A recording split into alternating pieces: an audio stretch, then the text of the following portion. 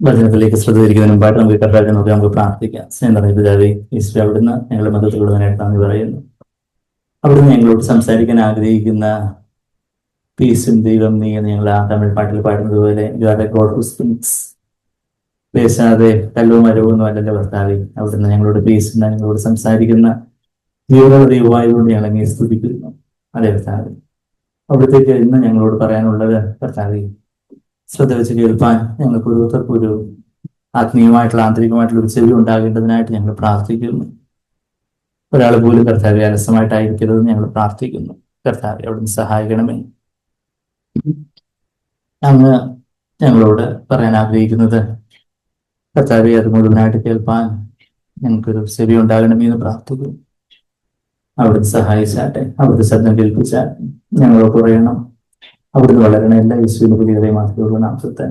ആമീൻ, ആമീൻ. ഇന്ന് ശിഷ്യത്വം നമ്മുടെ CFC സഭകളില് നമ്മള് വളരെ എംഫസൈസ് ചെയ്യുന്നു എന്ന് പറയപ്പെടുന്ന ഒരു കാര്യമാണ് എന്ത്? ശിഷ്യത്വം. ഇന്ന് ശിഷ്യത്വം എത്ര പേര് ശിഷ്യരായിട്ടുണ്ട്? ശിഷ്യനാണ് ശിഷ്യയാണോ എന്നൊക്കെ ചോദിച്ചാൽ ദൈവത്തിന് അറിയാം. ശിഷ്യത്വത്തെ കുറിച്ച് പറയുന്ന ഞാൻ നമ്മുടെ യങ് പീപ്പിളിനോട് ചോദിക്കുകയാണ്, യുവാക്കളോട്, ശിഷ്യത്വത്തെ കുറിച്ച് ഏറ്റവും ക്ലിയറസ്റ്റ് ആയിട്ട് പറയുന്ന വേദഭാഗം ഏതാ? അപ്പൊ എനിക്ക് വൻമനുഷ്യമായിട്ട് കാര്യങ്ങളൊക്കെ പറഞ്ഞ് എല്ലാവർക്കും എല്ലാം അറിയാം, നമ്മൾ കുറെ. പക്ഷെ ഇതിന് ചോദ്യം ചോദിക്കുമ്പം എന്താ ഈ ടീച്ചർമാര് ക്ലാസ്സിൽ വന്ന് ചോദ്യം ചോദിക്കുന്നത്? അപ്പം ചോദ്യം ചോദിക്കുമ്പം അറിയാനൊക്കെ ആർക്കൊക്കെ ഏത് ലെവലിലാണ് ഉള്ളതെന്നുള്ള കാര്യങ്ങള്. അപ്പം ലൂക്കോസിന്റെ സുവിശേഷം എത്ര അധ്യായമാ? 14-ാം അധ്യായം എത്രാമത്തെ വാക്യം മുതലാ? ലൂക്കോസിന് സുവിശേഷം. അപ്പൊ അങ്ങനെ ആവുമ്പോൾ നിങ്ങൾ കുറച്ചുകൂടെ ഒന്ന് ശ്രദ്ധിക്കുമല്ലോ എന്ന് വിചാരിച്ചാ. അല്ല, പക്ഷെ അത് നിങ്ങൾ you have to feel ashamed. വർഷങ്ങളായിട്ട് നമ്മൾ ചർച്ചയിൽ ഇരുന്നിട്ട് ഈ വചനഭാഗം ഇവിടെ പറഞ്ഞിട്ടില്ലെന്ന് നിങ്ങൾ ആരും പറയരുത്. എനിക്കിനിപ്പോ ഡിമെൻഷൻ വന്നാൽ പോലും എനിക്ക് പറയാനൊക്കെ ഇത് അല്ലെ. അതുപോലെ നമ്മൾ റെഫർ ചെയ്തിട്ടുള്ളതും എടുത്തിട്ടുള്ളതുമായിട്ടുള്ള വചനഭാഗമാണ് ലൂക്കോസിന് സുവിശേഷം 14-ന്റെ 25-ാമത്തെ വാക്യം മുതൽ. നമ്മളുടെ ആ ഒരു we need A radical repentance. ഞാൻ വേറെ ആരെയും കല്ലെറിയാനല്ല, മറിച്ച് ഇക്കാര്യങ്ങളിലൊക്കെ നമ്മൾ എന്തുകൊണ്ട് നമ്മൾ CFC സഭയായിട്ട് ഇവിടെ ഇങ്ങനെ കൂടുന്നേ? വേറെ എത്രയോ സഭകളുണ്ട്. നമ്മൾ വരുന്ന വഴിയിൽ എത്രയോ സഭകൾ താണ്ടിയാണ് നമ്മൾ വന്നേക്കുന്നത്. അവിടെ ഒന്നും ആദ്യം ഇതുപോലുള്ള അൺകംഫർട്ടബിൾ ആയിട്ടുള്ള ചോദ്യങ്ങളൊന്നും ചോദിക്കത്തില്ല. അവരെന്തെങ്കിലും ഒരു ചടങ്ങായിട്ട് എന്തെങ്കിലും ഒരു 15-20 മിനിറ്റ് അങ്ങനെയൊക്കെ കാര്യങ്ങൾ എന്തെങ്കിലുമൊക്കെ പറഞ്ഞ് അവരുടെ പണിക്ക് പോകും. ബാക്കിയുള്ളവരെല്ലാം ഇങ്ങനെ എന്തോ ഒരു പെർഫോമൻസ് കണ്ടുപോകുന്നതുകൊണ്ട് ചിലർക്ക് വലിയൊരു ആട്ടവും തുള്ളലും ബഹളവും ഒക്കെ ആയിരിക്കും. ചിലർക്ക് ഇതുപോലെ വലിയ എന്തെങ്കിലുമൊക്കെ. അതുകൊണ്ട് അങ്ങനെ പലരും പല ചടങ്ങുകളും. എന്നാൽ അതിനിടയിൽ തന്നെ ആത്മാർത്ഥതയുടെ ദൈവത്തെ സ്വീകരിക്കുന്നവരൊക്കെ ഒത്തിരി പേരുണ്ട്. പക്ഷെ നമ്മൾ എന്തിനാ ഈ കാര്യങ്ങളൊക്കെ ഇത്രയും രൂക്ഷമായിട്ട് ഈ കാര്യങ്ങളൊക്കെ പറയുന്നു? ഈ സഹോദരന് വേറെ പണിയൊന്നും ഇല്ലെന്ന് തോന്നുന്നു. വെച്ചാൽ എനിക്ക് ഒരു ഉത്തരവാദിത്വം തന്നെടുത്തോളം കാലം എനിക്ക് ഇങ്ങനെ ചെയ്യാൻ പറ്റത്തുള്ളൂ. എന്നുവെച്ചാൽ വേറെ എനിക്ക് അഴകുഴപ്പനായിട്ട് ഒന്നും അറിയത്തില്ല. അപ്പൊ എന്നെ ഉത്തരവാദിത്തം മാറ്റുവാണെങ്കിൽ അഫ്കോഴ്സ് ഞാൻ ആരോടും ഒന്നും ചോദിക്കാൻ വരത്തില്ല. പക്ഷേ ഉത്തരവാദിത്തം ഇരിക്കുന്നിടത്ത് ഇങ്ങനെ എനിക്ക് ഞാൻ എന്റെ കുഞ്ഞുങ്ങളോട് അങ്ങനെ ഞാൻ എന്റെ ഭാര്യയോട് കുഞ്ഞുങ്ങളോട് ഞാൻ അതുപോലെ ആ കാര്യങ്ങളിലെല്ലാം കർക്കശമായിട്ടിരിക്കേണ്ട കാര്യങ്ങളെല്ലാം കർക്കശമായിട്ട് തന്നെ. അതുകൊണ്ടാണ് ശരിക്കും പറഞ്ഞാൽ എനിക്ക് അങ്ങനെ സ്വതവേ എന്റെ ടെമ്പറമെന്റ് അറിയാവുന്നവർക്ക് എനിക്ക് സ്വതവേ കർക്കശക്കാരനായിരിക്കാൻ അറിയാത്തൊരു ടെമ്പറമെന്റ് എനിക്കുള്ളത്. ചിലർ ടെമ്പറമെന്റ് തന്നെ ടെമ്പറമെന്റ് പറഞ്ഞാൽ അവരുടെ സ്വഭാവ വിശേഷം തന്നെ കുറച്ചൊരു ചൂടുള്ള സ്വഭാവം, ചിലർ ചൂടനാന്നൊക്കെ പറയാം. പക്ഷെ എന്നെ അറിയാവുന്നവർക്ക് അറിയാം എനിക്ക് ശരിക്കും പറഞ്ഞാൽ ഇങ്ങനെ രൂക്ഷമായിട്ട് പ്രതികരിക്കുന്നത് എന്റെ ഒരു സ്വഭാവമേ അല്ല. അപ്പൊ ഇടയ്ക്ക് ഒരു സഹോദരനാണെങ്കിൽ നമ്മുടെ ചർച്ച വിസിറ്റ് ചെയ്ത സഹോദരൻ പണ്ടിരിക്കും ഇങ്ങനെ ഇതുപോലെയൊക്കെ വലിയ ഇതൊക്കെ ആയിട്ട് എല്ലാവരും നല്ലതായിട്ട് കറക്റ്റ് ഒക്കെ ചെയ്ത് വല്ല ഇൻസോർവ്. ഞാൻ പറയും വേറെ ഒരു ഗതിയില്ല, എനിക്ക് അങ്ങനെ ചെയ്യാനൊരു ആഗ്രഹം ഉണ്ടായിട്ടല്ല. പക്ഷെ ഇതെല്ലാം ചെയ്തിട്ടും ഒരു പോസിലില്ലാത്തവരാണ്. അപ്പൊ പിന്നെ എന്താ നമ്മളതിന് വരും. ഞാൻ തന്നെ പലപ്പോഴൊക്കെ സാങ്കുകാർക്ക് ഇത്ര സ്ട്രോങ് ആയിട്ട് പറയുന്നത് എന്തിനാന്നൊക്കെ നമുക്ക് ഇത്ര സ്ട്രോങ് ആവേണ്ട കാര്യം ഉണ്ടോ എന്നൊക്കെ ചിലപ്പോൾ നമുക്ക് സ്വാഭാവികമായിട്ട് തോന്നിയിട്ടുണ്ട്. പക്ഷെ നമ്മൾ എന്തെങ്കിലും ഉത്തരവാദിത്ത പൊസിഷനിൽ വന്നുകൊണ്ടിരിക്കുമ്പോൾ അറിയാം, വേറെ ഇതിനെക്കാട്ടി കുറച്ചുകൂടെ സ്ട്രോങ് ആയിട്ട് പറയട്ടെ ആയിരുന്നു എന്ന് തോന്നുന്നു. ചില അങ്ങനെ പറഞ്ഞിട്ട് പോലും എന്തൊക്കെയാണ് നടക്കുന്നത്. അപ്പൊ പിന്നെ പറയാതിരുന്ന എന്തോ പിന്നെ വെച്ചാ അപ്പൊ അങ്ങനെ ആ ഒരു എനിക്ക് ശരിക്കും ആശ്വാസത്തിന്റെയും സ്നേഹത്തിന്റെയും കാര്യങ്ങളൊക്കെ പറയാൻ എനിക്ക് സ്വതവേ ഇഷ്ടമുള്ള ഒരു കാര്യം, എനിക്ക് സ്വാഭാവികമായിട്ട് നാച്ചുറൽ ആയിട്ട് ഇഷ്ടമുള്ള കാര്യം ദൈവത്തോടുള്ള കൂട്ടായ്മയും ആ കാര്യങ്ങളൊക്കെ പറയാൻ എനിക്ക് സ്വതവേ ഇഷ്ടമുള്ള ഒരു കാര്യം. പക്ഷേ ദൈവം ഹൃദയത്തില് ചില കർക്കശമായിട്ടുള്ള ചില കാര്യങ്ങൾ പറഞ്ഞാനുള്ള ഒരു ഭാരം തരുമ്പം അങ്ങനല്ലേ പറയാൻ പറ്റത്തുള്ളൂ. യെരമ്യാവ് പറയുന്നുണ്ട്, ദൈവമേ എപ്പോഴും ഈ ന്യായവിധിയെ കുറിച്ച് പറയാനാണോ എന്നോട് പറയുന്നത്, വേറെ എന്തെങ്കിലുമൊക്കെ കുറച്ച് സോഫ്റ്റ് ആയിട്ടുള്ള കാര്യങ്ങൾ പറഞ്ഞാൽ അല്ല, ആ മനസാന്തരപ്പെടുന്നിടം വരെ, എന്നാൽ മനസാന്തരപ്പെടുന്നതനുസരിച്ച് കുറച്ചുകൂടെ ആശ്വാസത്തിന് കാര്യങ്ങളൊക്കെ ഇപ്പൊ ആ ഒരു ചില പഴയ ചില ഇടങ്ങളിൽ ഊരിപ്പിടിച്ച വാളുമായിട്ട് എപ്പോഴാണ് മനസാന്തരം വരുന്നത് വരെ ഊരിപ്പിടിച്ച വാള് വേണം. മനസാന്തരപ്പെട്ട് കഴിഞ്ഞാൽ കുറച്ചുകൂടെ കാര്യങ്ങളൊക്കെ അപ്പൊ ആ ഒരു മനസാന്തരം നമുക്ക് ഓരോരുത്തർക്കും നമുക്ക് എത്രമാത്രം ഈ വചനത്തെ നമ്മളുടെ ഇപ്പൊ നിങ്ങൾ പഠിക്കുന്ന പോർഷൻസിൽ ഇതുപോലാണ് നിങ്ങളുടെ അറിവെന്നുണ്ടെങ്കിൽ നീറ്റ് എൻട്രൻസിനും കീം എൻട്രൻസിനും ഒക്കെ എന്ത് സ്കോർ കിട്ടും? പഠിക്കുന്ന പോർഷൻസിനെ കുറിച്ചുള്ള അറിവ് ഇത്രയേ ഉള്ളൂ എന്നുണ്ടെങ്കിൽ. അപ്പോ ലൂക്കോസിന്റെ സുവിശേഷം 14 അധ്യായത്തില് അവിടെ ഒരു വലിയൊരു പുരുഷാരം കർത്താവിനെ പിന്തുടർന്ന് വരുന്ന ഒരു കാര്യമാണ് നമ്മൾ അവിടെ ലൂക്കോസ് 14 നമ്മൾ വായിക്കുന്നത്.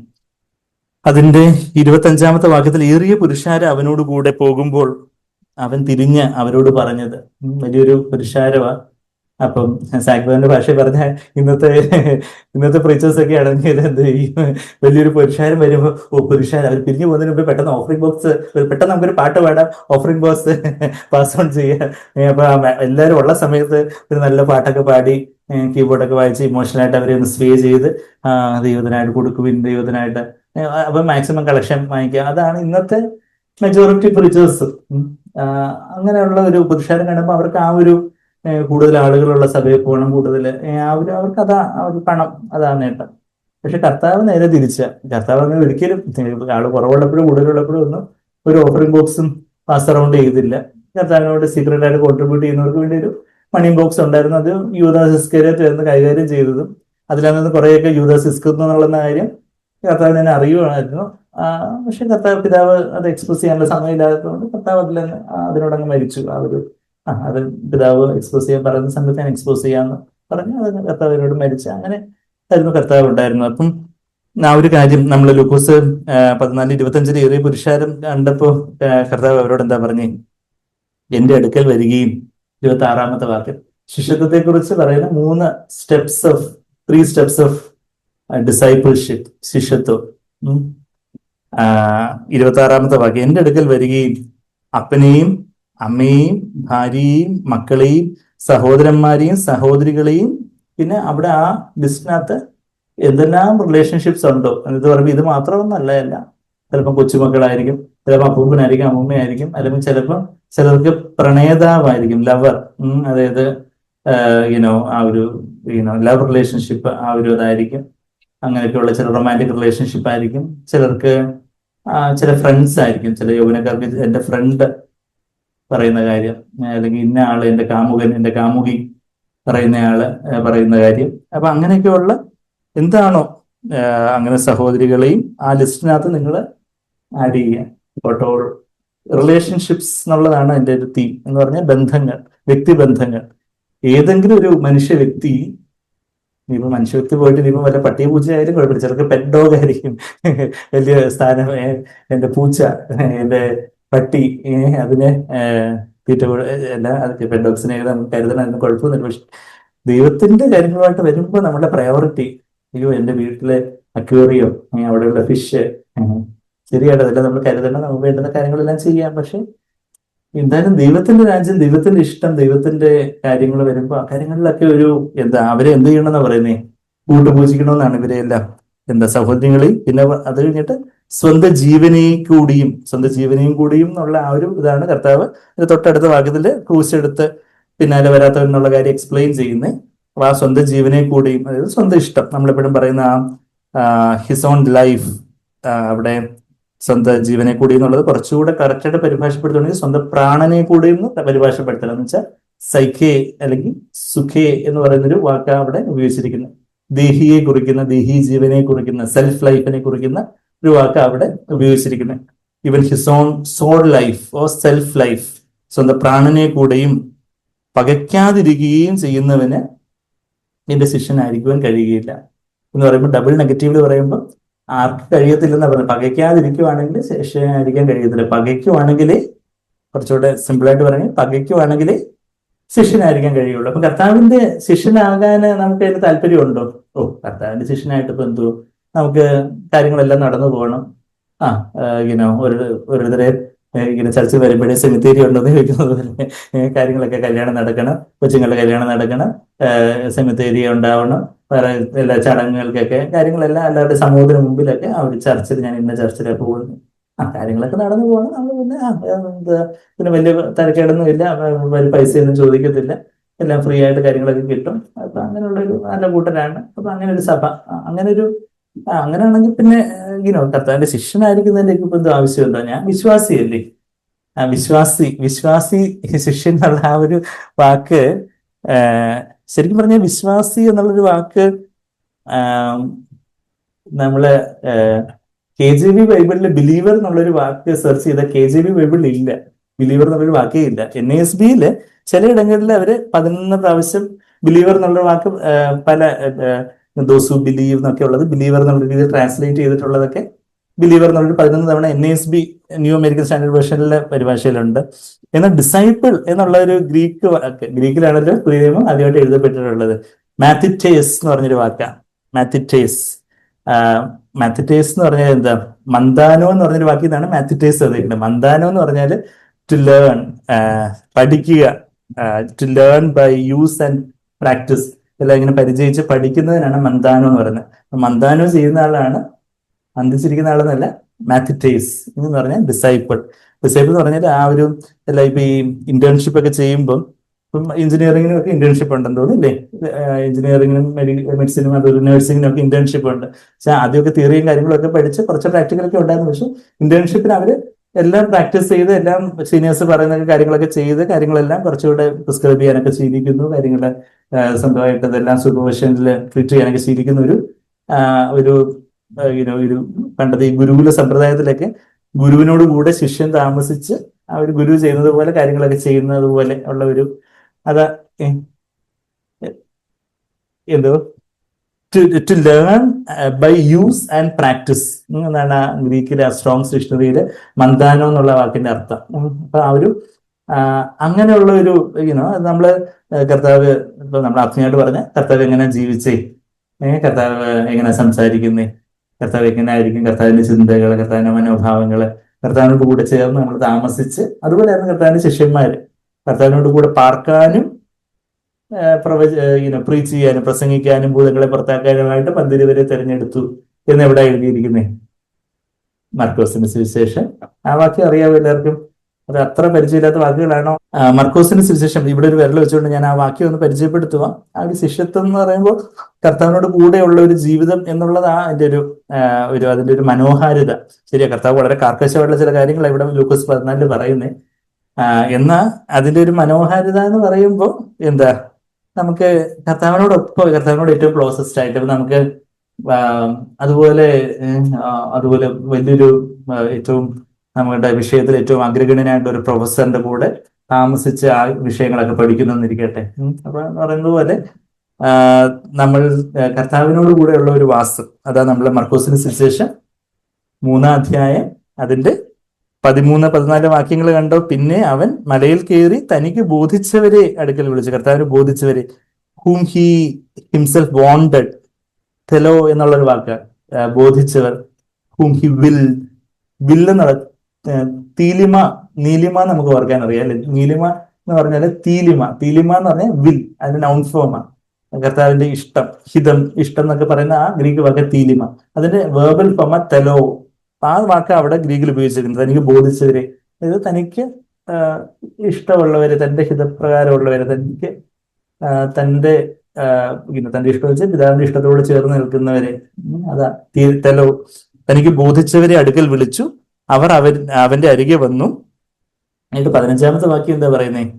മർക്കോസ് 3:15. അവൻ തന്നോടുകൂടെ ഇരിക്കുവാനും പ്രസംഗിക്കേണ്ടതിന് അയക്കുവാനും ഭൂതങ്ങളെ പുറത്താക്കേണ്ടതിന് അധികാരം ഉണ്ടാകുവാനും 12 പേരെ നിയമിച്ചു. അപ്പം 12 പേരെ എന്തിനാ നിയമിച്ച്?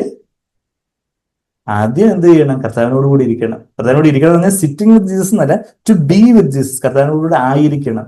To live with Jesus.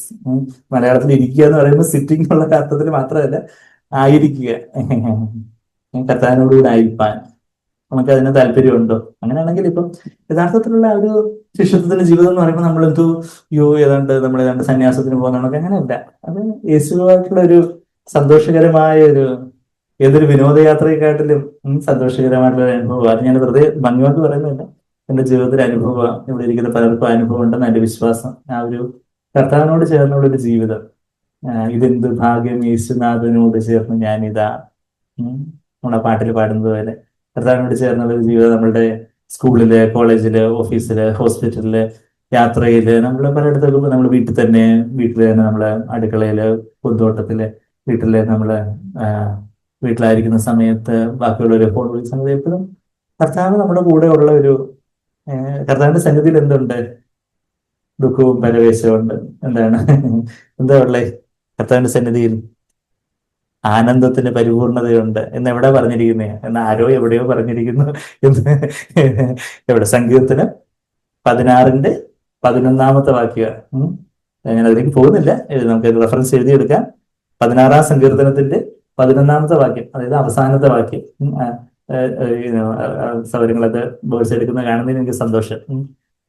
16 സങ്കീർത്തനത്തിന്റെ അവസാനത്തെ വാക്യം, in his presence is fullness of joy. അപ്പൊ കർത്താവ് നമ്മുടെ കൂടെ എപ്പോഴും ഉണ്ടെങ്കിൽ നമ്മളെപ്പോഴും ഇങ്ങനെ നെടുവേർപ്പിട്ട്, അയ്യോ ആകുലചിന്ത, ടെൻഷൻ, അയ്യോ പരീക്ഷ, അയ്യോ അത് ടീച്ചർ എന്ത് പറയും, ബോസ് എന്ത് പറയും, അവരെന്ത് പറയും, എന്റെ ഭാവി എന്താവും, അതെന്താവും, നമ്മുടെ കാര്യം എന്താവും, അതെന്താവും, ഇതെന്താവും.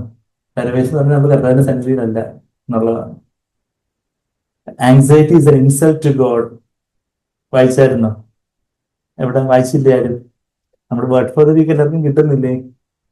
വേർഡ് ഫോർ ദ വീക്ക് ആഴ്ചയിലെ സന്ദേശമായിട്ട് നിങ്ങൾക്കത് ഇമെയിലിൽ കിട്ടാത്തവർക്ക് അത് നമ്മുടെ cfcindia.com വെബ്സൈറ്റിൽ പോയാൽ അവിടെ വേർഡ് ഫോർ ദ വീക്കിന്റെ ഒരു കോളം ഉണ്ട്. അതിനകത്ത് ഇമെയിൽ അടിച്ചു കൊടുത്ത ഒരു നമ്മുടെ ഇമെയിലിലോട്ടൊരു കൺഫർമേഷൻ ഇത് വരും. അത് ക്ലിക്ക് ചെയ്താൽ നമ്മുടെ മെയിലിലോട്ട് അത് വരും. എല്ലാവരും അത് വരും. നമ്മൾ മിക്കപ്പോഴും അജുബേർ അത് ഇംഗ്ലീഷിലും മലയാളത്തിലൊക്കെ അത് ട്രാൻസ്ലേറ്റ് ചെയ്യുന്ന സിസ്റ്റർ മലയാളത്തിലേക്ക് ട്രാൻസ്ലേറ്റ് ചെയ്ത് നമുക്കറിയാം. മലയാളത്തിലൊക്കെ നമ്മുടെ ഗ്രൂപ്പിൽ ഇടാറുണ്ട്. ആങ്സൈറ്റി, ഈ കഴിഞ്ഞ word for the week anxiety is an insult to God എന്നുള്ളതാണ് തീം. നമ്മുടെ ആകുല ചിന്ത എന്ന് പറയുന്ന, അതൊരു ബലഹീനത, അതൊക്കെ ഞങ്ങൾക്ക് അങ്ങനെ ഞങ്ങൾ കുടുംബമായിട്ട് എല്ലാവർക്കും കുറച്ച് ടെൻഷനാണ്. അങ്ങനല്ല, അത് ദൈവത്തെ അപമാനിക്കുന്നതാണ് നമ്മൾ ആകുല ചിന്തരാജ്യം. ശരിയാണ്, നമ്മളാരെയും നമുക്ക് എല്ലാവർക്കും ആ ഒരു ടെൻഡൻസി ഉള്ളവരാണ്. നമ്മൾ അങ്ങനെയുള്ള ജഡത്തിലാണ് നമ്മളുള്ളത്. കർത്താവ് വലിയ പരിശുദ്ധത്തിന് വലിയ നിറമുണ്ടെങ്കിൽ നമുക്ക് അത് ഓവർകം ചെയ്യാൻ പറ്റത്തുള്ളൂ. അതെല്ലാം ശരി തന്നെ. പക്ഷെ അത് നമ്മൾ അത്ര സീരിയസ് ആയിട്ട് എടുക്കണം. അതിനുവേണ്ടി സാഹിബ് അത്ര സ്ട്രോങ് ആയിട്ടുള്ള സ്റ്റേറ്റ്മെന്റ് എടുത്തേക്കുന്നത്. Anxiety is an insult to God. ദൈവത്തെ ഇൻസൾട്ട് ചെയ്ത ചില നിരീശ്വരവാദികളും ചില ക്രൈസ്തവ വിരോധികളൊക്കെ കാണുമ്പോൾ ദൈവത്തെ പരിഹസിക്കുന്നു എന്നൊക്കെ നമ്മള് ചിലപ്പോൾ അവരോട് നമുക്ക് എന്തൊരു മനുഷ്യരെന്നൊക്കെ തോന്നും. പക്ഷെ നമ്മൾ ആകുലചിന്തനാവുമ്പോൾ, നമ്മൾ ഭയപ്പെടുക, ആകുലചിന്തയൊക്കെ ആവുമ്പോൾ, കർത്താവിനെ ഞാൻ പരിഹസിക്കുക, കർത്താവ് ഇത്ര ഒരു സ്നേഹനിധിയായ പിതാവ് ഉണ്ടായിട്ട് ഞാനിങ്ങനെ പുറത്ത് ഇങ്ങനെ ടെൻഷൻ അടിക്കുക എന്ന് പറയുമ്പോൾ കർത്താവിന് ഒരു പരിഹാസമാണെന്നുള്ളൊരു, അതിനത്ര ഗൗരവമേറിയ പാപമാണെന്ന് മനസ്സിലാക്കണം. അപ്പൊ ഇവിടെ നിന്ന് നമ്മൾ പറഞ്ഞ കർത്താവിനോട് കൂടെയുള്ള ഒരു വാസം, അതാണ് അവിടെ ഇപ്പൊ ഒരു നമ്മളുടെ ജീവിതത്തിന്റെ ഫൗണ്ടേഷനും സൂപ്പർ സ്ട്രക്ചറും. അതിന്റെ ഫൗണ്ടേഷൻ അല്ലെങ്കിൽ അതിന്റെ അസ്ഥിവാരം, അടിസ്ഥാനം. ഈ വീടിന് എന്തുണ്ട്? താഴോട്ട് അസ്ഥിവാരം, അടിസ്ഥാനമുണ്ട്, ഫൗണ്ടേഷൻ ഉണ്ട്, മേലോട്ടുള്ള പണിയുണ്ട്, സൂപ്പർ സ്ട്രക്ചർ ഉണ്ട് എന്ന് പറയുന്നത് പോലെ നമ്മുടെ ജീവിതത്തിന്റെ ഫൗണ്ടേഷൻ എന്ന് പറഞ്ഞാൽ കർത്താവിനോട് കൂടെ ആയിരിക്കുന്ന ഒരു അവസ്ഥയാണ്. സൂപ്പർ സ്ട്രക്ചർ ആണ് എന്താ അവിടെ വായിക്കുന്നത്? പ്രസംഗിക്കേണ്ടതിന് 15ാമത്തെ വാക്യം. ആദ്യം ഫൗണ്ടേഷൻ എന്താ? തന്നോടുകൂടി ഇരിക്കാൻ, കർത്താവിനോട് കൂടെയുള്ള വാസം, അതാണ് ഡിസൈപ്പിൾഷിപ്പ്. പിന്നെ അതിന്റെ ബഹുസ്ഫുരണം അല്ലെ മാനിഫെസ്റ്റേഷൻ, അത് പുറമെ അത് അപ്പം കർത്താവിനോട് കൂടെ ഇരിക്കുമ്പോൾ കർത്താവ് വായിക്കുന്നിടത്ത് പ്രസംഗിക്കാനും ഭൂതങ്ങളെ പുറത്താക്കാനോ അല്ലെങ്കിൽ ഭൂതാത്മാക്കളുടെ പരീക്ഷിച്ച് അതിനെ കെട്ടുകളിലുള്ളവരെയൊക്കെ ദൈവവചനം പറഞ്ഞു വിടുവിക്കാനും ഭൂതങ്ങളെ പുറത്താക്കേണ്ടതിന് അധികാരം ഉണ്ടാകുവാനും 12 വരെ എന്ന് പറഞ്ഞാൽ എത്ര പേരാ? 12 പേരെ 12 ഡിസൈപ്പിൾസ് നിയമിച്ച കാര്യം നമ്മൾ വായിക്കും. തിരിച്ച് നമുക്ക് ലൂക്കോസ് 14 വരാം. അപ്പം എന്താ നമ്മൾ വായിച്ചുകൊണ്ടിരുന്നത്? ആ ഡിസൈപ്പിൾഷിപ്പ്, മന്ദാനോ എന്നുള്ള വാക്ക്. അപ്പം ഈ ബിലീവർ എന്നുള്ള വാക്ക് KJV ഇല്ലേതായാലും പിന്നെ നമ്മൾ സാധാരണ ഇന്ന് ക്രിസ്തീയ കുലത്തിലെ വിശ്വാസിയാണോ അവരൊക്കെ അവിശ്വാസികൾ, നമ്മുടെ വിശ്വാസികൾ. പറഞ്ഞത് തെറ്റില്ല, പക്ഷെ എങ്കിലും പലപ്പോഴും അങ്ങനെ പറയാൻ പറ്റത്തുള്ളൂ. എന്ന് വെച്ചാൽ ഇവരൊക്കെ ഈ ബിലീവർ എന്ന് പറഞ്ഞ ആൾക്കാരൊക്കെ ശിഷ്യത്വം എന്ന് പറയുന്നത്, ആ ശിഷ്യം എന്നുള്ള വാക്കിന്റെ അർത്ഥച്യുതി മൂല്യച്യുതി വന്നു കഴിഞ്ഞു. അപ്പൊ അതുകൊണ്ട് അത് വളരെ ഒരു ഹൈ സ്റ്റാൻഡേർഡ് ശിഷ്യത്വം എന്നുള്ളത്. അപ്പൊ ആ ശിഷ്യൻ എന്നുള്ള ആ വാക്ക് മാത്തിറ്റോസ് മാത്തിറ്റേസ് എന്ന് പറഞ്ഞ വാക്ക് ലേണർ, പ്യൂപ്പിൾ എന്നൊക്കെയാണ്. പ്യൂപ്പിൾ എന്ന് പറഞ്ഞാൽ കൺമണി എന്നുള്ള പ്യൂപ്പിൾ അല്ല, PUPIL, പ്യൂപ്പിൾ. ഒഫ്താൽമോളജിസ്റ്റ് ഇവിടെ ഇരിപ്പുണ്ട്. ആ പ്യൂപ്പിൾ അല്ല, കണ്ണിന്റെ നമ്മുടെ കൃഷ്ണമണി എന്നുള്ള പ്യൂപ്പിൾ അല്ല. ഇങ്ങനെ പക്ഷെ ആ ഒരു പ്യൂപ്പിൾസ്, സ്റ്റുഡൻസ് എന്നുള്ള അർത്ഥത്തിലുള്ള ലേണർ. ഇപ്പം സംഗർ പറയും disciple is A learner and A follower. മനസ്സിൽ നമ്മളത് പഠിച്ച് പരിചയിച്ച് ഫോളോ ചെയ്യുന്ന ഒരാളാണ് ഡിസൈപ്പിൾ. കർത്താവിനെ പഠിക്കുന്നു, കർത്താവിനെ ഫോളോ ചെയ്യുന്നതാണ് ഡിസൈപ്പിൾഷിപ്പ്. അപ്പം മാത്തിറ്റേസ് എന്നുള്ള വാക്ക് KJV-യിൽ 268 തവണ ഉപയോഗിച്ചിട്ടുണ്ട്. മറ്റേ ബിലീവർ എന്നുള്ള വാക്ക് KJV-യിൽ ഇല്ല താനും. 268 തവണയാണ് ന്യൂ ടെസ്റ്റ്മെന്റിലാണല്ലോ ഗ്രീക്കിൽ എഴുതിയിരിക്കുന്നത്. മാത്തിറ്റേസ് എന്നുള്ള വാക്ക് 268 തവണ. അപ്പം അത് ഈ വചനത്തില് ആ വാക്കിന്റെ പ്രാധാന്യം. അപ്പൊ അത് നമ്മള് ദൈവത്തിന്റെ ഹൃദയത്തിന്റെ ആഗ്രഹം അതാണ്. എന്താ?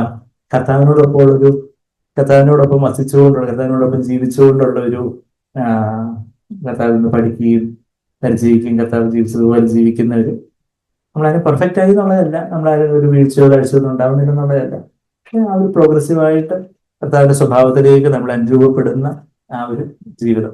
അപ്പൊ അങ്ങനെ ഒരു ജീവിതത്തിലേക്ക് വരണമെങ്കിൽ ഒരു 3 സ്റ്റെപ്പ് കയറി വേണം വരാൻ. ഇപ്പം നമ്മളിപ്പോ വീട്ടിലോട്ട് കയറണമെങ്കിൽ ചിലപ്പോൾ ഒരു 2-3 സ്റ്റെപ്പ് വേണം. അപ്പം ചിലരുടെ അന്ധവിശ്വാസമുണ്ട്, എന്ത് 3 സ്റ്റെപ്പ് വേണം അല്ലെങ്കിൽ 5 സ്റ്റെപ്പ് വേണം എന്നൊക്കെ. ഇപ്പൊ ഞങ്ങളുടെ വീട് പണിതപ്പോൾ ഞാൻ എന്റെ പറഞ്ഞു എന്തോ അന്ധവിശ്വാസം ഉണ്ട്, അതിനെതിരായിട്ട് തന്നെ ചെയ്യണമെന്ന് പറഞ്ഞിട്ടുണ്ട്. അപ്പൊ എന്ത് ഏതാണ്ടൊക്കെ പറയുമായിരുന്നു, ഉയരം താഴ്ച ഏതാണ്ടൊക്കെ എന്തൊക്കെ പറയും അന്ധവിശ്വാസം. ഇങ്ങനെ 3 സ്റ്റെപ്പ് വേണം അല്ലെങ്കിൽ ഒറ്റ സംഖ്യ വേണം എന്നൊക്കെ പറയുമ്പോ ഞാൻ സ്റ്റെപ്പ് പറഞ്ഞപ്പോ അതിന്റെ കൂടെ ഒക്കെ പറഞ്ഞതേ ഉള്ളൂ. ഞാൻ പറഞ്ഞു എന്തെങ്കിലും അന്ധവിശ്വാസം ഉണ്ടെങ്കിൽ അതിനെതിരായിട്ടുള്ളത് തന്നെ ചെയ്യണം. എനിക്ക് അവിടെ 4 സ്റ്റെപ്പാന്ന് തോന്നി. ഞാൻ തന്നെ എണ്ണി നോക്കണം. നമ്മള് അതൊന്നും മൈൻഡ് ചെയ്യാറോ പോലും ഇല്ല. പക്ഷെ ഏറോത്തിന് ഒരു അന്ധവിശ്വാസം ഉണ്ട്. എന്നാൽ വിശ്വാസികൾ ഒരു പേടി, അവരങ്ങനെ പറഞ്ഞു, മേസ്തിരിമാരങ്ങനെ പറഞ്ഞു. എങ്ങനെ എന്തെങ്കിലും അന്ധവിശ്വാസം ഉണ്ടെങ്കിൽ അത് എതിരായിട്ട് തന്നെ ഇങ്ങനെ അത് ചെയ്യണമെന്ന് പറഞ്ഞിട്ടുണ്ടായിരുന്നു. അപ്പം ലൂക്കോസിന് സുവിശേഷം 14 അധ്യായത്തിന്റെ 25-ാമത്തെ വാക്യത്തിൽ അതിന്റെ ആദ്യത്തെ സ്റ്റെപ്പ് റിലേഷൻഷിപ്സ്, ബന്ധങ്ങൾ, വ്യക്തിബന്ധങ്ങളോടുള്ള ആ ഒരു കാര്യത്തില് അവരോടുള്ളൊരു വെറുപ്പ് വേണം. എല്ലാ വ്യക്തികളോടും ഒരു വെറുപ്പ് വേണം എന്ന് പറയുമ്പോൾ എല്ലാവരെയും സ്നേഹിക്കണം, അയൽക്കാരനെ നിന്നെ പോലെ തന്നെ സ്നേഹിക്കണം എന്ന് പറഞ്ഞ് കർത്താവ് വെറുക്കണമെന്നൊക്കെ പറയുന്നത് എന്താ? അപ്പൊ നമുക്ക് ഗ്രീക്കിലേക്ക് പോകും. വെറുക്കണം എന്ന് പറയുമ്പോൾ ഗ്രീക്കിൽ എന്തെങ്കിലും രക്ഷയുണ്ടെന്ന് വെച്ചാൽ ഗ്രീക്കിലും അയാൾക്കനെ വെച്ച് ഗ്രീക്കിലും ആ ഒരു മിസിയോ, പ്രൊസീവ് വിത്ത് ഹേറ്റ്രഡ്, ഇങ്ങനെ ഡിറ്റസ്റ്റ്, കുറച്ചുകൂടെ കഠിനമായിട്ടുള്ള ഗ്രീക്കില് അങ്ങ് വെറുക്കുക, അറപ്പോടെ വെറുക്കുന്നതിന്റെ കാര്യം പറഞ്ഞിരിക്കും. അപ്പൊ എന്ത് ഈ അറപ്പോടെ വെറുക്കാൻ? അപ്പൊ എന്റെ ഭാര്യയെ, മക്കളെ, അപ്പനെയും അമ്മയും എല്ലാം അറപ്പോടെ വെറുക്കണമെന്ന് പറയുമ്പോ എന്താ അവിടെ? അപ്പൊ ഈ ചില ന്യൂജൻ പിള്ളേർക്ക് ഇഷ്ടപ്പെടും. അതായിരുന്നു ഞാൻ കാത്തിരുന്നത്, എന്റെ അപ്പനെയും അമ്മയും എനിക്ക് അല്ലെങ്കിൽ തന്നെ ഇഷ്ടമല്ലായിരുന്നു. ഇപ്പം പിന്നെ കർത്താവ് കൂടെ എനിക്ക് സപ്പോർട്ടുണ്ട്. ആ ഒരു കാര്യം എന്താ ഇവിടെ പറയുന്നത്? എന്താ ആ ഒരു നാച്ചുറൽ അറ്റാച്ച്മെന്റ്. നമുക്ക് ദൈവത്തിന്റെ ഇഷ്ടം നമ്മളുടെ മുമ്പാകെ നിൽക്കുമ്പോൾ, ദൈവത്തിന്റെ ഹിതം, ദൈവത്തിന്റെ വചനം നമ്മളോട് ഒരു കാര്യം പറയുമ്പോൾ നമ്മുടെ മക്കള് പറയും, അല്ല പപ്പ, അല്ല അച്ഛ, ഇങ്ങനെ മതി, അങ്ങനെ മതി എന്ന് പറയും. അയ്യോ എന്റെ പൊന്നുമോൾ, എന്റെ പൊന്നുമോൻ, അങ്ങനെയാണോ പറയുന്നത്? അങ്ങനെയാണെങ്കിൽ ഞാൻ എന്റെ നട്ടെല്ലാം പണയം വെച്ചിട്ട് ഞാൻ കുമ്പിട്ട് നിന്നെ ആരാധിക്കുന്ന എന്റെ മകനെയും മകളെയും പറയൂ, നിന്റെ വാക്കാണ് എനിക്ക് വേദവാക്യം, നീ പറയുന്നത് പോലെ ഞാൻ ചെയ്യാം എന്ന് പറയുന്നതാണ് ഈ വെറുക്കാത്ത അവസ്ഥ. പക്ഷെ അവിടെ അവരുടെ എന്തെങ്കിലും തെറ്റ്, വചനത്തിന് ചേരാത്തതായിട്ടുള്ള കാര്യങ്ങൾ, വചനത്തിന്റെ പ്രമാണങ്ങളുടെ ആ ഒരു നമ്മളെടുക്കുന്ന കുടുംബമായിട്ട് നമ്മളെടുക്കുന്ന നിലപാടിന് ചേരാത്തതായിട്ടുള്ള ചില കാര്യങ്ങളുള്ളപ്പം ഒരു കാർക്കശ്യത്തോടെ no, this is what you should do, ഇവിടെ ജീവിക്കണമെന്നുണ്ടെങ്കിൽ ഇതാണ് ഈ വീട്ടിലെ ഈ വീട്ടിൽ ഇതൊന്നും പറ്റത്തില്ല, ഈ വീട്ടില് ഇങ്ങനെയുള്ള കാര്യങ്ങളല്ല, ഇങ്ങനെയുള്ള വർത്തമാനം ഈ വീട്ടിൽ പറ്റത്തില്ല, അല്ലെങ്കിൽ ഇങ്ങനെയല്ല നിങ്ങൾ തമ്മിൽ സംസാരിക്കേണ്ടത്, ഇങ്ങനെയുള്ള വാക്കുകൾ ഉപയോഗിക്കരുത്, ഇങ്ങനെയല്ല അപ്പനോട് സംസാരിക്കണം, ഇങ്ങനെയല്ല അമ്മയോട് സംസാരിക്കേണ്ടത്. ചിലപ്പോൾ അവര് അപ്പന്മാരോട് ചിലപ്പോൾ ചിലപ്പം അങ്ങ് സംസാരിക്കുമ്പോൾ അമ്മമാരോട് ചിലപ്പോൾ കുറച്ചുകൂടെ ഫ്രീഡത്തിൽ എന്തെങ്കിലുമൊക്കെ ഡിസ്റെസ്പെക്ട് ചെയ്യുന്ന രീതിയിലുള്ള വാക്കുകളും കാര്യങ്ങളൊക്കെ വരുമ്പോൾ ബഹുമാനത്തിൽ ഇല്ലാത്തുള്ള ചില കാര്യങ്ങളൊക്കെ അപ്പൊ തന്നെ മുളയിലെ നുള്ളിക്കളയണം. മുളയിലെ നുള്ളിക്കളയാതെ വടവൃക്ഷമായി കഴിഞ്ഞിട്ട് അയ്യോ എന്റെ മോൾ ഇങ്ങനെ ആയിപ്പോയല്ലോ, എന്റെ മോൻ ഇങ്ങനെ ആയിപ്പോയല്ലോ എന്ന് പറയുമ്പോൾ എന്താ, ചെടിയാവുമ്പോൾ വളയ്ക്കാം, മരമാകുമ്പോൾ പിന്നെ എന്ത് ചെയ്യാനൊക്കും. പക്ഷെ മരമായാലും, മരമായിട്ടുള്ളവർ ആരെങ്കിലും ഇവിടെ ഉണ്ടെങ്കിൽ നിങ്ങൾ നിരാശപ്പെടാനില്ല. പക്ഷെ നിങ്ങള് ദൈവമുമ്പാകെ കർത്താവെ, ഞാൻ ചെടിയായിരുന്നപ്പം വേണ്ടവണ്ണം വളച്ചില്ല, ബാൽ നടക്കേണ്ടുന്ന വഴിയെ അവന് നടത്തിയാല് മുതിർന്നാലും വിട്ടുപോകില്ലെന്ന് ഞാൻ പറഞ്ഞാണോ? ആരാ പറഞ്ഞു? സദൃശവാക്യം 22-ന്റെ 6-ാമത്തെ വാക്യം. സദൃശവാക്യം 22-ന്റെ 6 പറയുന്നത് train up a child in the way he or she should go. He should go, not he wants to go. He should go. Then he will not depart from it even when he is old. അവൻ മുതിർന്നാലും അത് വിട്ടുപോവുകയില്ല. എനിക്കറിയാം, ഇങ്ങനെ മുതിർന്നവരായിട്ടുള്ള മക്കളുള്ള പലരും ഇവിടെ ഉണ്ട്, അവിശ്വാസികളായിട്ടുള്ളവരുണ്ട്. പക്ഷെ അവിടെ സാങ്ക്വറിന്റെ പ്രിസ്ക്രിപ്ഷൻ എന്താ? ഇപ്പൊ ഞാനൊരു ചെറുപ്പക്കാരൻ എന്ന് പറയുന്നത് അല്ല. സാങ്ക്വർ അത്രയും വയസ്സ് തന്നൊരു ബ്രദർ ഇത്രയും വിശ്വാസികളോട് അത്രയും ഭൂഖണ്ഡങ്ങളിലുള്ള വിശ്വാസികളോടൊക്കെ ഇടപെട്ടിട്ടുള്ള വേറെ ഞാനതിന് വേറെ പറയുന്ന പ്രിസ്ക്രിപ്ഷൻ ഉണ്ട്. നിങ്ങളുടെ മുതിർന്നവരായിട്ടുള്ള മക്കള് ദൈവവചന പ്രകാരം അല്ല എന്ന് പോകുന്നെന്നുണ്ടെങ്കിൽ നിങ്ങൾ എന്താ ചെയ്യണ്ടേ? നിങ്ങൾ അപ്പനും അമ്മയും ഒരുമനപ്പെട്ട് കൈകോർത്ത്, ഇനിയിപ്പോ അപ്പനും അമ്മയും അതില് ഭാര്യയോ ഭർത്താവോ അത്ര നമ്മളോട് കൂടെ പ്രാർത്ഥിക്കാൻ അത്ര മനസ്സില്ലാത്തവരാണെങ്കിൽ ഓഫ്കോഴ്സ് അറ്റ്ലീസ്റ്റ് നിങ്ങൾ അമ്മയാണെങ്കിൽ അമ്മ, അല്ലെങ്കിൽ അപ്പനാണെങ്കിൽ അപ്പൻ എങ്കിലും മുട്ടുകുത്തി. ഇനിയിപ്പോ അപ്പനും അമ്മയും കൂടെ ഒരുമിച്ച് പ്രാർത്ഥിക്കുകയാണെങ്കിൽ അത്രയും നല്ലത്. അപ്പനും അമ്മയും കൂടെ എല്ലാ ദിവസവും നിങ്ങള് കൈകോർത്ത് ഒരു 5 മിനിറ്റെങ്കിലും വലിയൊരു ഹൃദയഭാരത്തോടെ ദൈവമുമ്പാകെ, കർത്താവേ എന്റെ മോള്, എന്റെ മോന്, എനിക്ക് അങ്ങ് ഒരു മോനെ മോളെ അല്ലെങ്കിൽ 2-3 മോളെ മോനെ തന്നു, ഞാൻ അവരെ വളർത്തി കുളവാക്കി, കർത്താവേ അതിന്റെ പൂർണ്ണ ഉത്തരവാദിത്വം എനിക്കാണ്. ചിലപ്പോൾ ശരിയായിരിക്കും, നമ്മൾ അവിശ്വാസിയായിരുന്ന കാലത്തായിരിക്കും അവരെ വളർത്തിയത്. ചിലപ്പം വിശ്വാസത്തിലേക്ക് വന്നതിന് ശേഷം തന്നെ ആയിരിക്കും അവർ ഇതുപോലെ വഴിപഴിച്ചു പോകുന്നത് പോലെ, അല്ലെങ്കിൽ അവർ അവിശ്വാസിയായിട്ട് ചിലപ്പോൾ അവര് വലിയ കുഴപ്പക്കാരൊന്നും ആയിരിക്കത്തില്ല, പക്ഷെ അവര് ലോകത്തിലാണ്, അവര് വിശ്വാസത്തിലേക്ക് വന്നിട്ടില്ല. ചിലർ വിശ്വാസികളായിരിക്കും, പക്ഷെ ഒരു not as wholehearted disciple as they should be. പൂർണ്ണതയോടുള്ള ശിഷ്യന്മാരല്ല അവര്.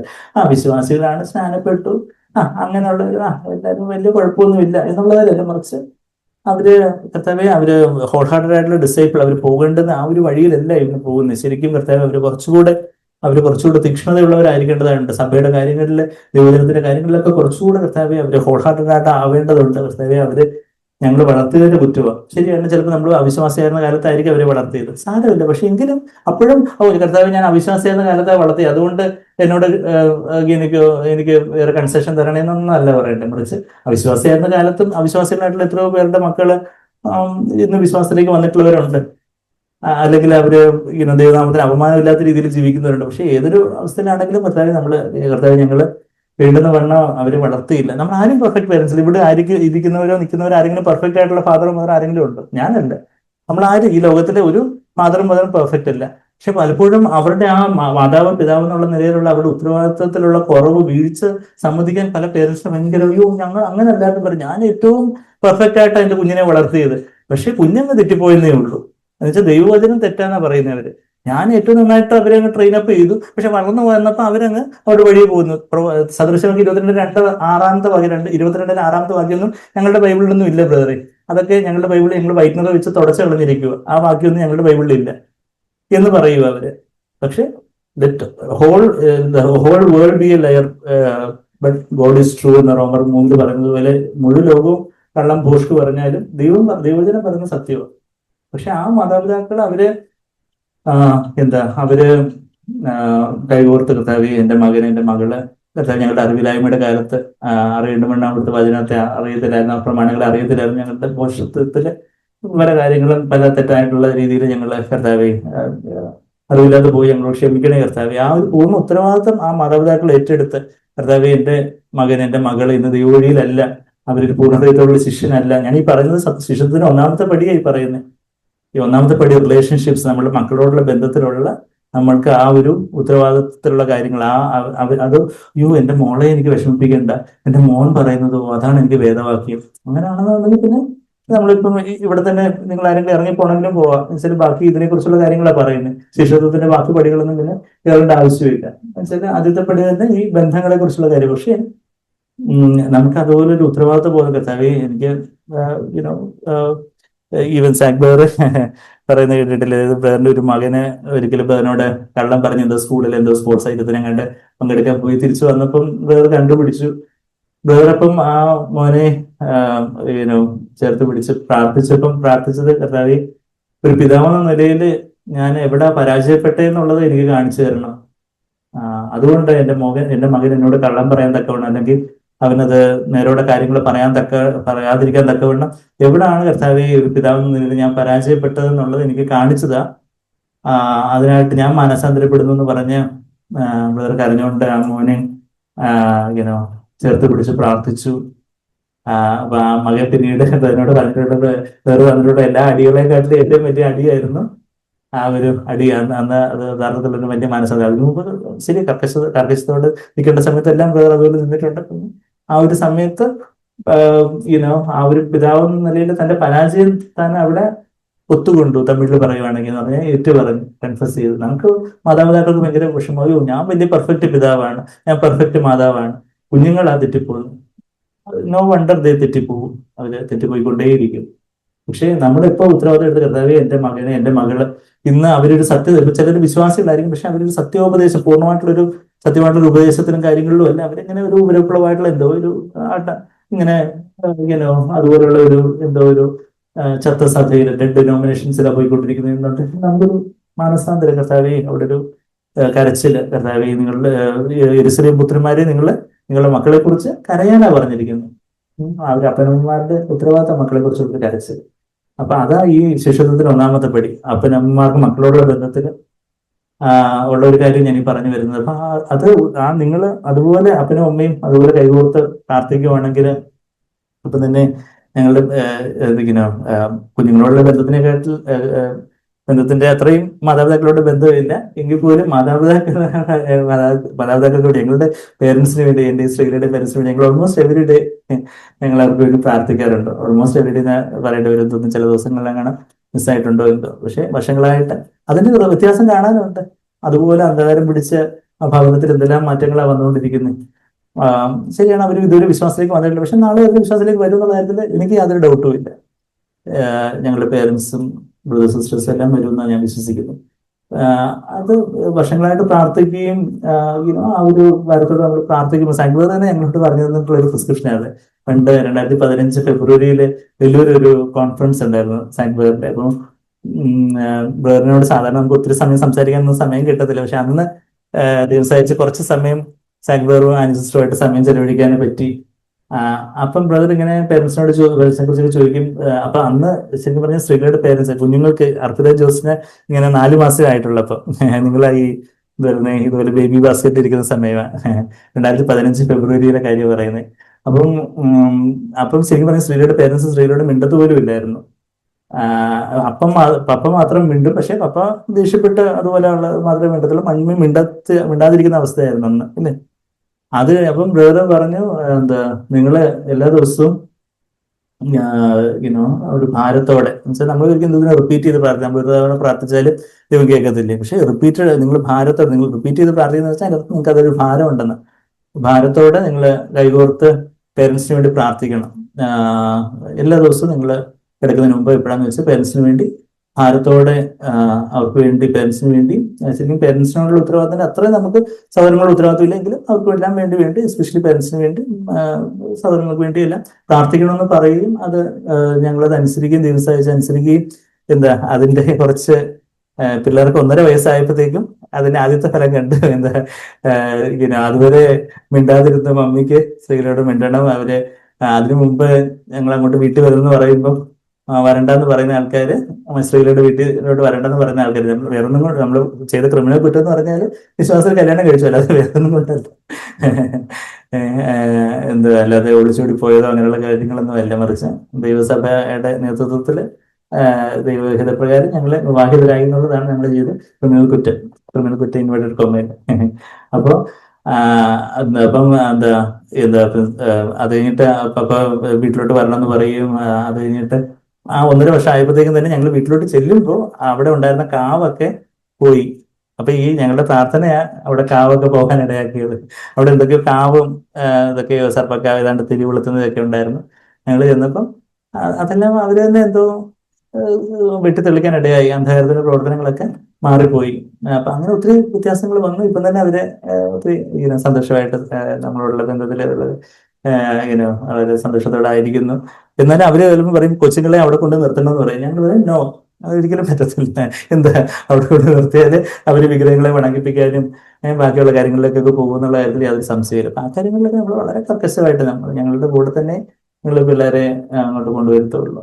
അപ്പൊ അത് നമ്മൾ വളരെ സൗമ്യതയോടെ, ബഹുമാനത്തോടെ, കർക്കശത്തോടെ, ഫേമായിട്ട് ഇത് നമ്മളെ വളയ്ക്കാനൊക്കത്തില്ല എന്നുള്ള കാര്യം അവർക്കറിയാം. ആദ്യം ഈ വളഞ്ഞു പോകുന്നവർക്ക് പിന്നെ എപ്പോഴും പ്രശ്നം. ആദ്യം നമ്മൾ നല്ല സ്റ്റാൻഡ് എടുക്കുമ്പോൾ, നട്ടലോട്ട് സ്റ്റാൻഡ് എടുക്കും, പിന്നെ അവർക്ക് മനസ്സിലാകില്ല, പിന്നെ പറഞ്ഞിട്ട് കാര്യമില്ല, പറഞ്ഞിട്ട് കാര്യമില്ലാത്ത ആൾക്കാര് ഇവരോട് ഉപദേശിക്കുന്ന ചേമ്പിന്റെ അല്ലെ വെള്ളം ഒഴിക്കുന്നതല്ലേ ഉള്ളൂ എന്നുള്ള കാര്യം മനസ്സിലായി. അപ്പം പിന്നെ അവർ കൂടുതൽ പിന്നെ അധികം ഒന്നും ഉപദേശിക്കാൻ വരത്തില്ല. അപ്പം ഞാൻ പറയുന്നത് വെച്ചാൽ അത് കഴിഞ്ഞിട്ട് പിന്നെ ഇപ്പം ഇവൻ ഞങ്ങളുടെ പേരൻസ് തന്നെ ഇപ്പം എന്താണ് പറയുന്നത്, ഇപ്പം ഫാമിലി ബൈബിൾ സ്റ്റഡി പോലെ ഞങ്ങൾ എല്ലാ ദിവസവും ഇരുന്ന് കുറച്ച് സമയം മത്തായിയുടെ പാട്ടൊക്കെ പാടി മത്തായിയുടെ സുവിശേഷം, അത് ദൈവമായിട്ട് ഉണ്ടാക്കിയ ഒരു അവസരം.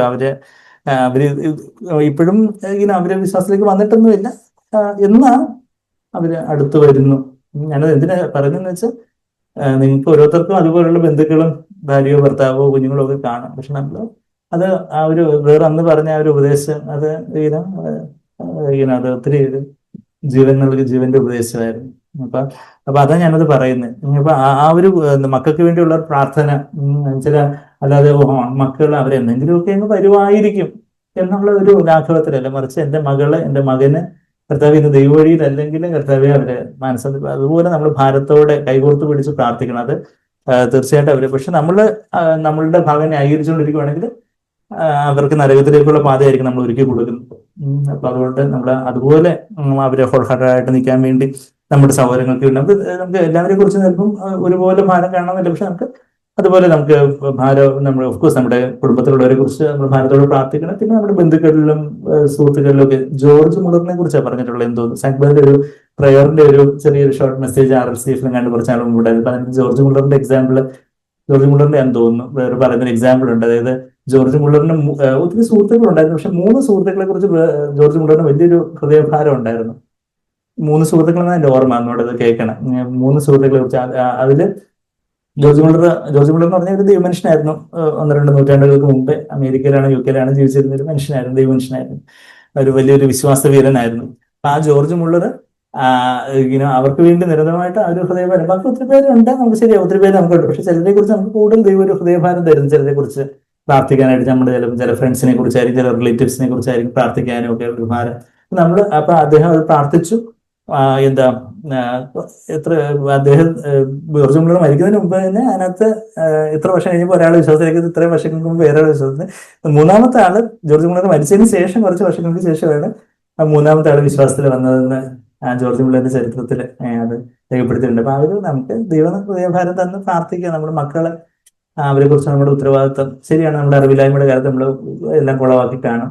പക്ഷേ അതിനുവേണ്ടി അതുപോലെ ഒരു പ്രാർത്ഥന. പിന്നെ അതുപോലെ തന്നെ അപ്പനന്മാരുള്ള ബന്ധത്തില് നമ്മളുടെ ഇപ്പം അപ്പനോ അമ്മയോ ദൈവഹിത പ്രകാരം അല്ലാത്തൊരു കാര്യമാണ് നമ്മളോട് പറയുന്നത്. ഇപ്പം എനിക്കൊന്നും നിങ്ങൾക്ക് അതൊക്കെ ആപ്ലിക്കബിൾ ആണെന്ന് പറയുന്നില്ല. ഞങ്ങളെ പോലെ ഹിന്ദു ബാക്ക്ഗ്രൗണ്ടിൽ വന്നിട്ടുള്ളവർക്കൊക്കെ അത് ആപ്ലിക്കബിൾ ആണ്. വെച്ചാൽ അപ്പനും അമ്മയൊക്കെ അവരുടെ വിഗ്രഹങ്ങളെ വണങ്ങാനോ അതുപോലുള്ള കാര്യങ്ങളോ ഒക്കെ പറയുമ്പോൾ ഇപ്പം പിന്നെ അവരൊന്നും പറയാറില്ല. എന്ന് വെച്ചാൽ അവർക്കുള്ള ചില നല്ല അന്ധവിശ്വാസങ്ങൾ ഞാൻ പറയാറുണ്ട്. എന്ന് വെച്ചാൽ ഈ പറഞ്ഞിട്ട് ചെയ്യാതിരിക്കുന്ന ദോഷമാണ് പോലും. അപ്പൊ അതുകൊണ്ട് പറയാതിരിക്കും. അപ്പൊ അതുകൊണ്ട് ഞങ്ങൾ നല്ലൊരു അന്ധവിശ്വാസമുണ്ട്, അതുകൊണ്ട് അപ്പൊ അതുകൊണ്ട് പിന്നെ ഇപ്പം അവർ പറയത്തില്ല, പറഞ്ഞിട്ട് ചെയ്യാതിരുന്ന കൂടുതൽ ദോഷമാകത്തില്ല. അപ്പൊ അതുകൊണ്ട് ചില നല്ല അന്ധവിശ്വാസങ്ങൾ ഉള്ളത് കൊണ്ട് ഇങ്ങനെ ആ കാര്യമൊക്കെ അവര് നിർത്തിക്കളഞ്ഞു ദിവസം. അപ്പൊ ഞാൻ പറഞ്ഞ ഇപ്പൊ ദൈവജനത്തിന് വിരുദ്ധമായിട്ടുള്ള ചില കാര്യങ്ങൾ, അത് അപ്പനോ അമ്മയോ അല്ലെങ്കിൽ ഇപ്പം ഇന്ത്യൻ പ്രസിഡന്റ് വന്നോ അല്ലെങ്കിൽ ഇന്ത്യൻ പ്രൈം മിനിസ്റ്ററോ അമേരിക്കൻ പ്രൈം മിനിസ്റ്റർ ഡൊണാൾഡ് ട്രംപോ എന്ന് പറഞ്ഞാലും നമ്മൾ അനുസരിക്കേണ്ട കാര്യമില്ല. ദൈവജനത്തിന് വിരുദ്ധമായിട്ടുള്ള ചില കാര്യങ്ങൾ. അപ്പൊ ദൈവത്തിന് അതിന് മേലെയുള്ള ഒരു അധികാരി ആരാ? ഇപ്പൊ നമ്മളുടെ ഓഫീസിലെ HOD അല്ലെങ്കിൽ ബോസ്, ഞാൻ ഓർക്കുന്നില്ല, അവിടെ വലിയൊരായിരുന്ന സമയത്ത് അവിടെ സൈക്കാട്രി ഡിപ്പാർട്ട്മെന്റിലെ ഒരു അസിസ്റ്റന്റ് പ്രൊഫസർ ആയിട്ടുള്ള സാറേ, എന്തോ ഒരു ഈ എന്തോ ഒരാൾ പേഷ്യന്റ് എന്തോ കൺസെഷൻ ചെയ്തതിന് കുറച്ചൊരു എക്സാജറേറ്റ് ചെയ്ത് അതിന്റെ എന്തോ ഒരു കാര്യം എഴുതാനും കണ്ട് പറഞ്ഞു. പക്ഷെ ഞാൻ സാറിനോട് പറഞ്ഞത്, സാർ ഒരു ക്രൈസ്തവനായിട്ടുള്ള മനുഷ്യനാ. അപ്പം സാറ് പറഞ്ഞ ഇങ്ങനെ അതങ്ങ് റിപ്പോർട്ട് ചെയ്ത് എന്തോ ഒരു കാര്യം നടക്കാണ്ട്, വലിയ കാര്യമൊന്നുമല്ല. എന്നാ അപ്പൊ ഞാൻ പറഞ്ഞു, സാറേ എനിക്കത് അങ്ങനെ എഴുതാൻ പറ്റത്തില്ല, ഞാൻ അങ്ങ് ഉള്ളതുപോലെ അങ്ങ് എഴുതാം, എന്തെങ്കിലും കിട്ടിക്കോളൂല്ലോ. അപ്പൊ എന്താ അപ്പൊ അങ്ങനെയൊക്കെ ഞാൻ NON-PG കണ്ടായിരുന്നു തോന്നുന്നു. NON-PG പറഞ്ഞാൽ PG മുമ്പായിട്ടുള്ള അവസ്ഥ.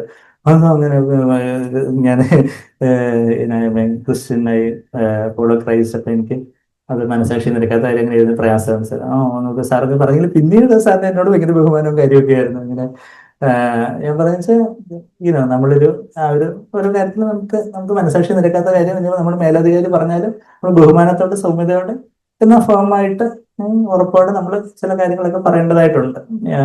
ഞാൻ പറഞ്ഞ ചിലപ്പോൾ ഏതൊരു വ്യക്തിബന്ധം ആയിക്കോട്ടെ, ചിലപ്പോൾ ആ കാര്യത്തിൽ നമ്മൾ ജോലി തന്നെ പോയിക്കോട്ടെ, ഇപ്പൊ ചിലപ്പോൾ നമ്മൾ ചില നിലപാടുകളൊക്കെ എടുക്കുന്നതുകൊണ്ട് ചിലപ്പോൾ നമുക്ക് ജോലിയോ അല്ലെങ്കിൽ ചിലപ്പം ചില ഉയർവ്, എന്താണ് പറയുക, ഉയർച്ച, പ്രൊമോഷൻ ഒക്കെ പോയിക്കൂടായികയില്ല, അങ്ങനെയൊക്കെയുള്ള വേറെ പല കാര്യങ്ങളൊക്കെ നടക്കാം. പക്ഷെ ആ കാര്യങ്ങളിലൊക്കെ നമ്മൾ അതിനേക്കാട്ടിൽ ഉപരിയായിട്ട് കർത്താവിനെ സ്നേഹിക്കുന്നുണ്ട്. അപ്പൊ ഈ അപ്പനെയും അമ്മയും ഭാര്യയും മക്കളെയൊക്കെ വെറുക്കണം എന്ന് പറയുമ്പോൾ അവരോട്ടുള്ള ഒരു നാച്ചുറൽ അറ്റാച്ച്മെന്റ് നമുക്കുണ്ട്, ഒരു സ്വാഭാവികമായ ഒരു പറ്റിച്ചേരൽ.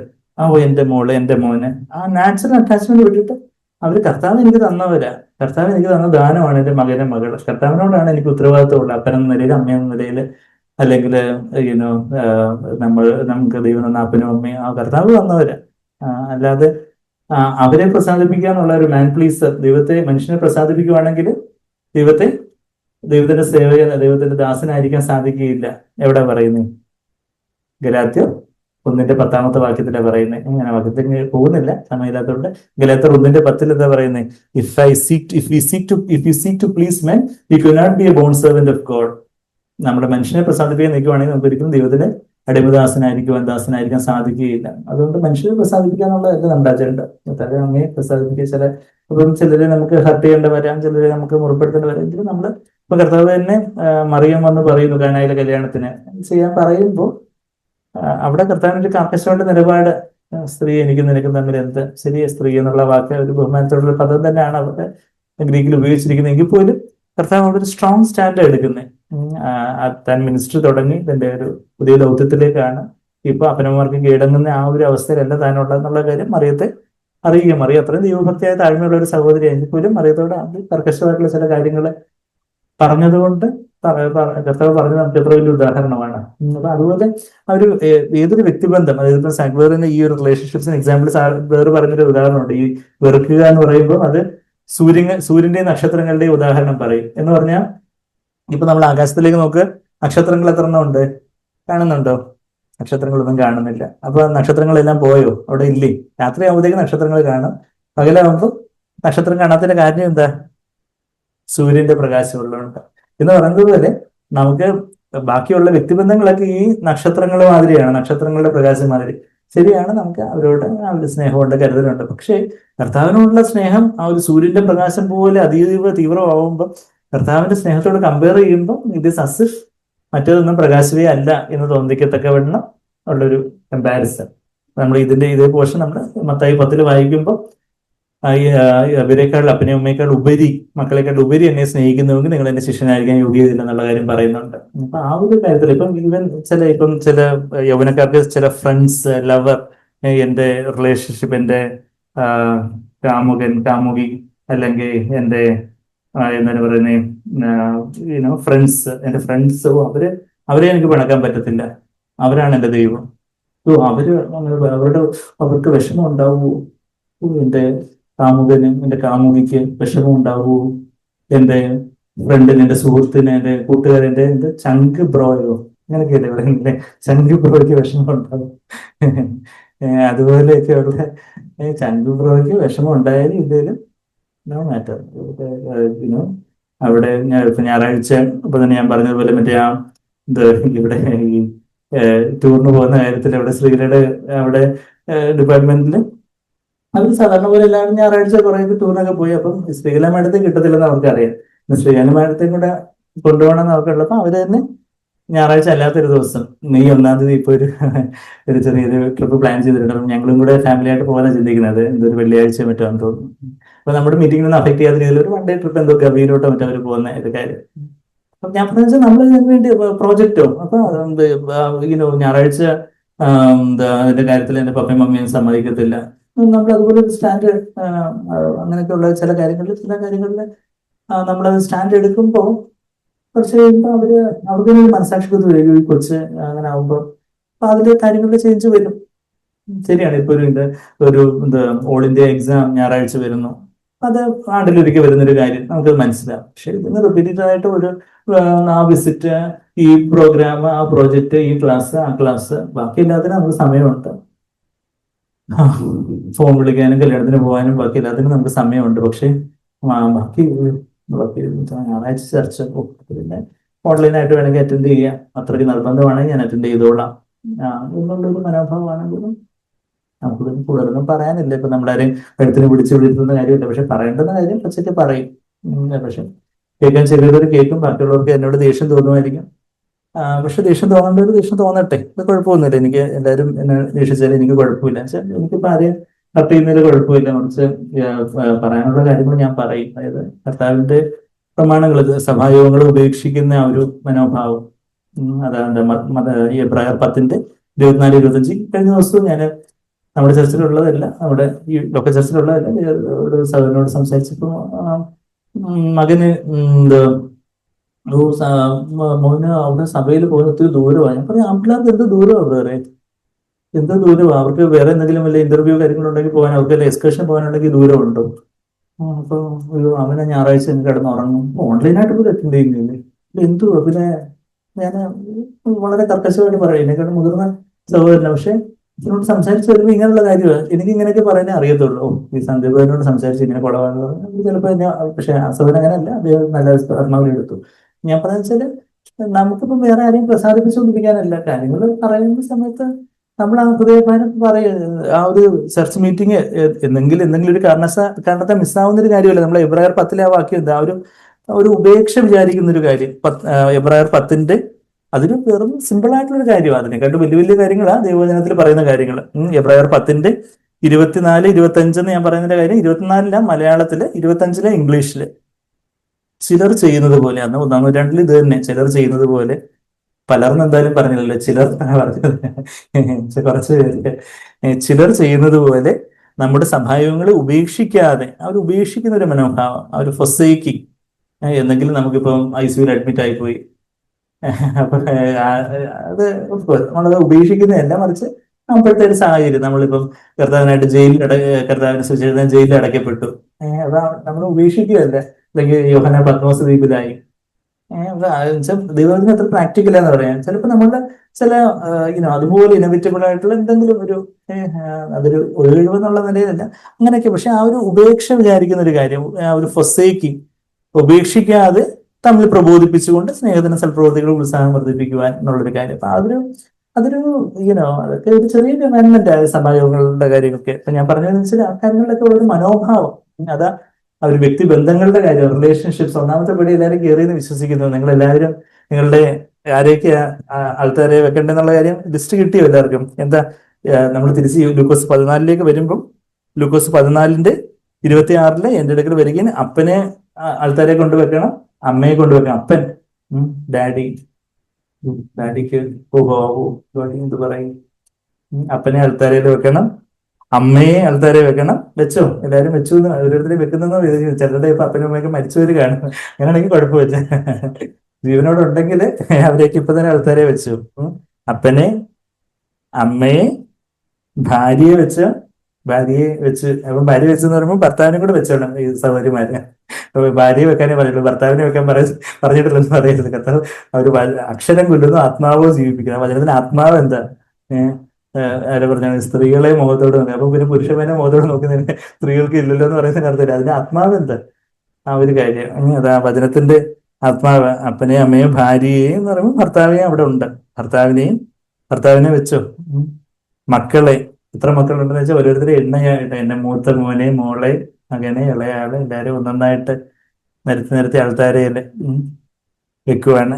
കർത്താവേ, ഇവരെല്ലാം മക്കളെ, സഹോദരന്മാരെ, സഹോദരികളെ, നമ്മളുടെ കൂടെ പിറന്ന സഹോദരന്മാരെ, കസിൻ ബ്രദേഴ്സ്, സിസ്റ്റേഴ്സ് ആണ്.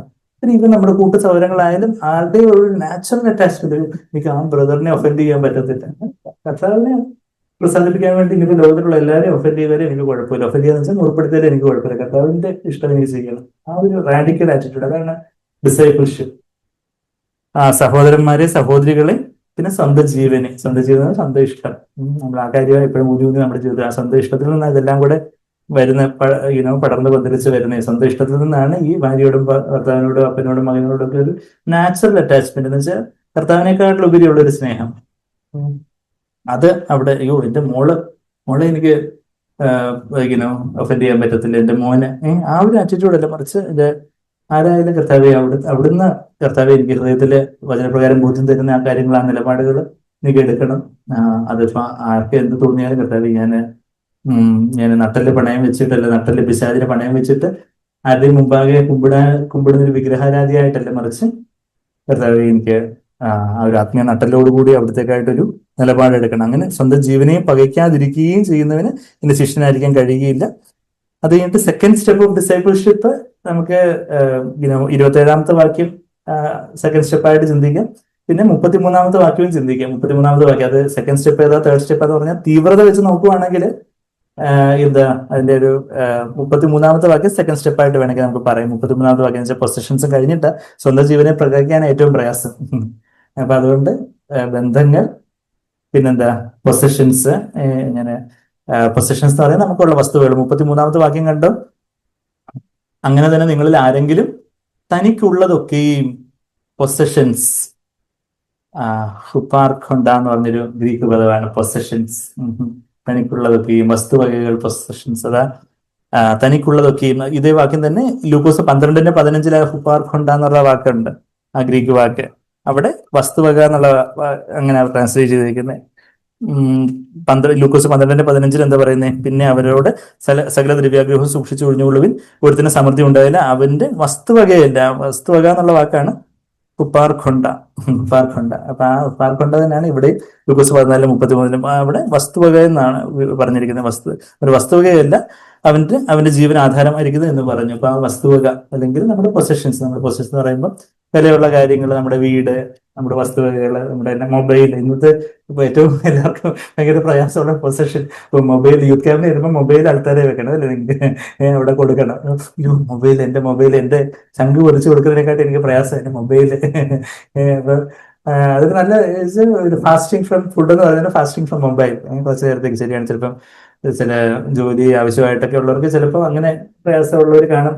കോളും കാര്യങ്ങളൊക്കെ വരുന്നതുകൊണ്ട് മൊബൈൽ, അപ്പൊ അതിന്റെ പ്രായോഗികമായിട്ടുള്ള കാര്യങ്ങളൊക്കെ കാണും. പക്ഷെ എങ്കിലും ഒരു മൊബൈലിനോടൊരു അഡിക്ഷൻ, പൊസഷൻ, മൊബൈല്, ലാപ്ടോപ്പ്, പിന്നെ ഇതുപോലെയുള്ള നമ്മുടെ പൊസഷൻ എന്ന് പറയുമ്പോൾ നമ്മുടെ ഇതുപോലെ accounts, Facebook account, insta account, Instagram ഒന്നുമില്ല, എല്ലാവരും ഇൻസ്റ്റയിലാണ് ഉള്ളത്.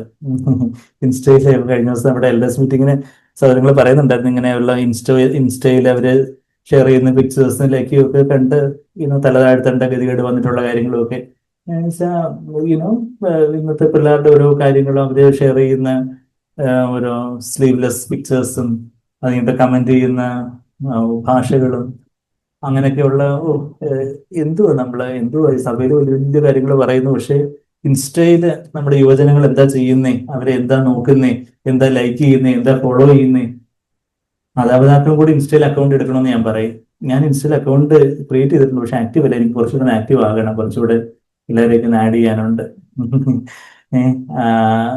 നിങ്ങൾ മാതാപിതാക്കളും കൂടെ ഇൻസ്റ്റയിൽ അക്കൗണ്ട് ഓപ്പൺ ചെയ്ത് നിങ്ങളുടെ മക്കളെ ഫോളോ ചെയ്യണം. അവരെന്താ ഷെയർ ചെയ്യുന്നത്, എന്താ ലൈക്ക് ചെയ്യുന്നത്, എന്താ ഉള്ള കാര്യങ്ങളൊക്കെ നിങ്ങൾക്ക് കൂടെ ഒരു ഐഡിയ വേണം. അല്ലെങ്കിൽ ന്യായാസനത്തിന് മുമ്പാകെ നിങ്ങൾ കണക്ക് കൊടുക്കേണ്ടി വരും. ഞാൻ യേശുവിന്റെ നാമത്തിൽ നിങ്ങളോട് പറയുക.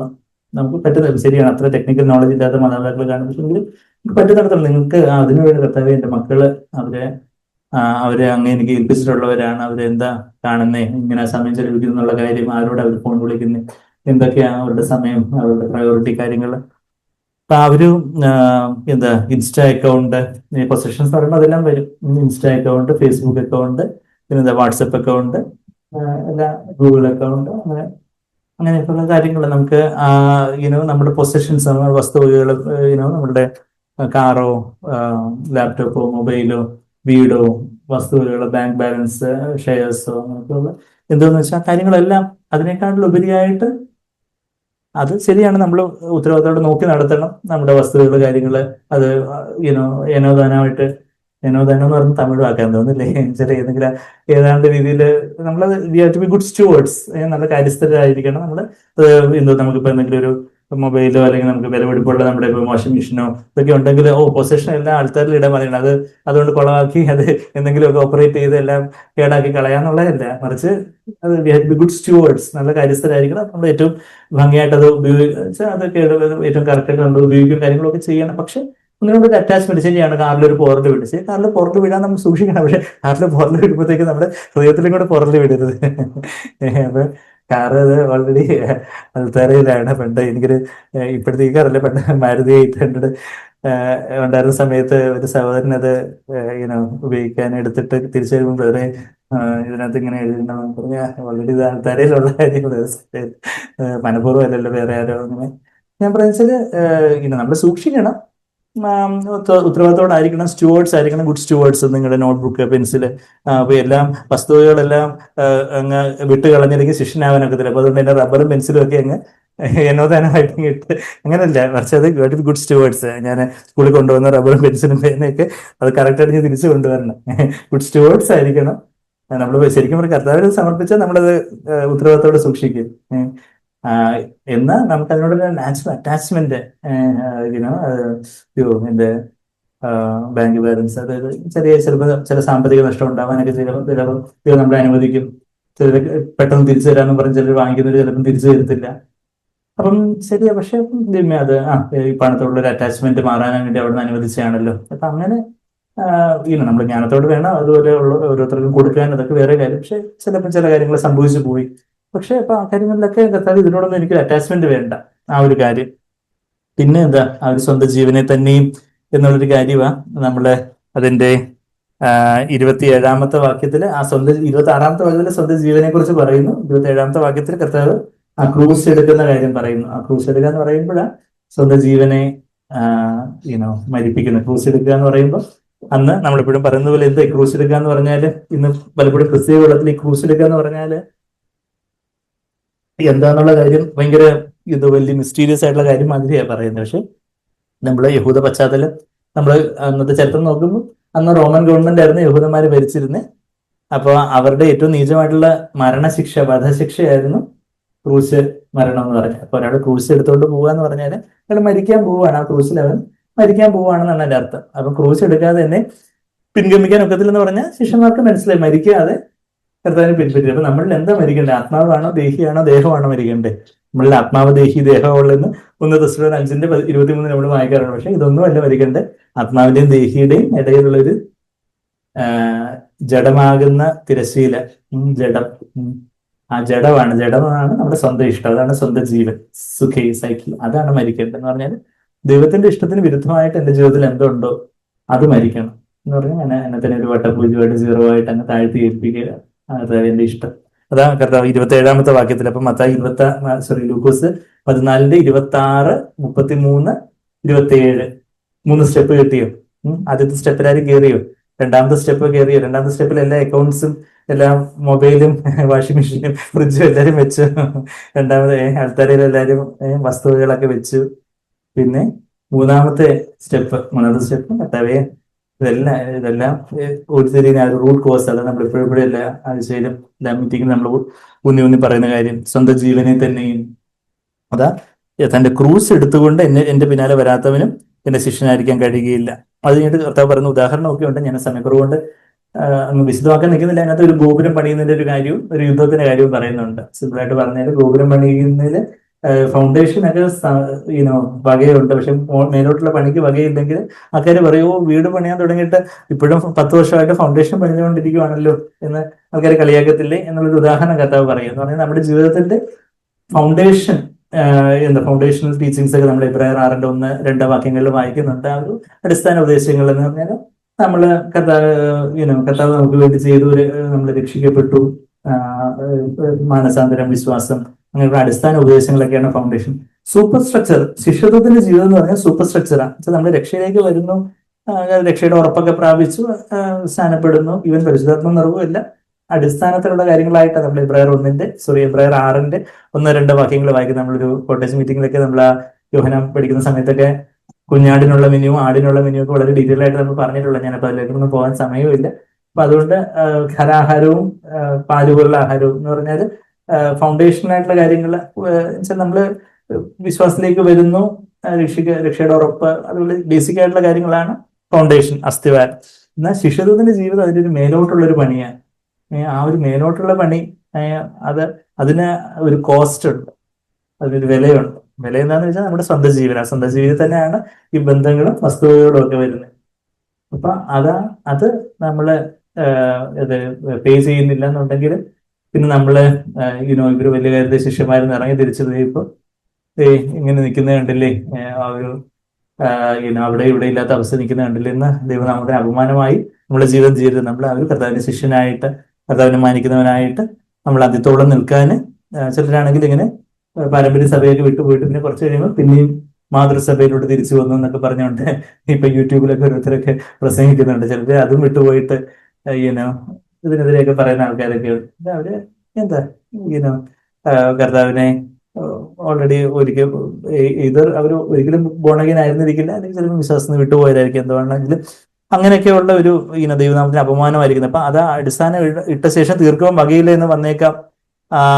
30-ാമത്തെ വാക്യം കാണുന്നവർ, 14:30, ലൂക്കോസ് 14:30 കാണുന്നവരല്ല ഈ മനുഷ്യൻ പണിയാൻ തുടങ്ങി തീർക്കുവാനോ വകയില്ല എന്ന് പരിഹസിക്കുമല്ലോ.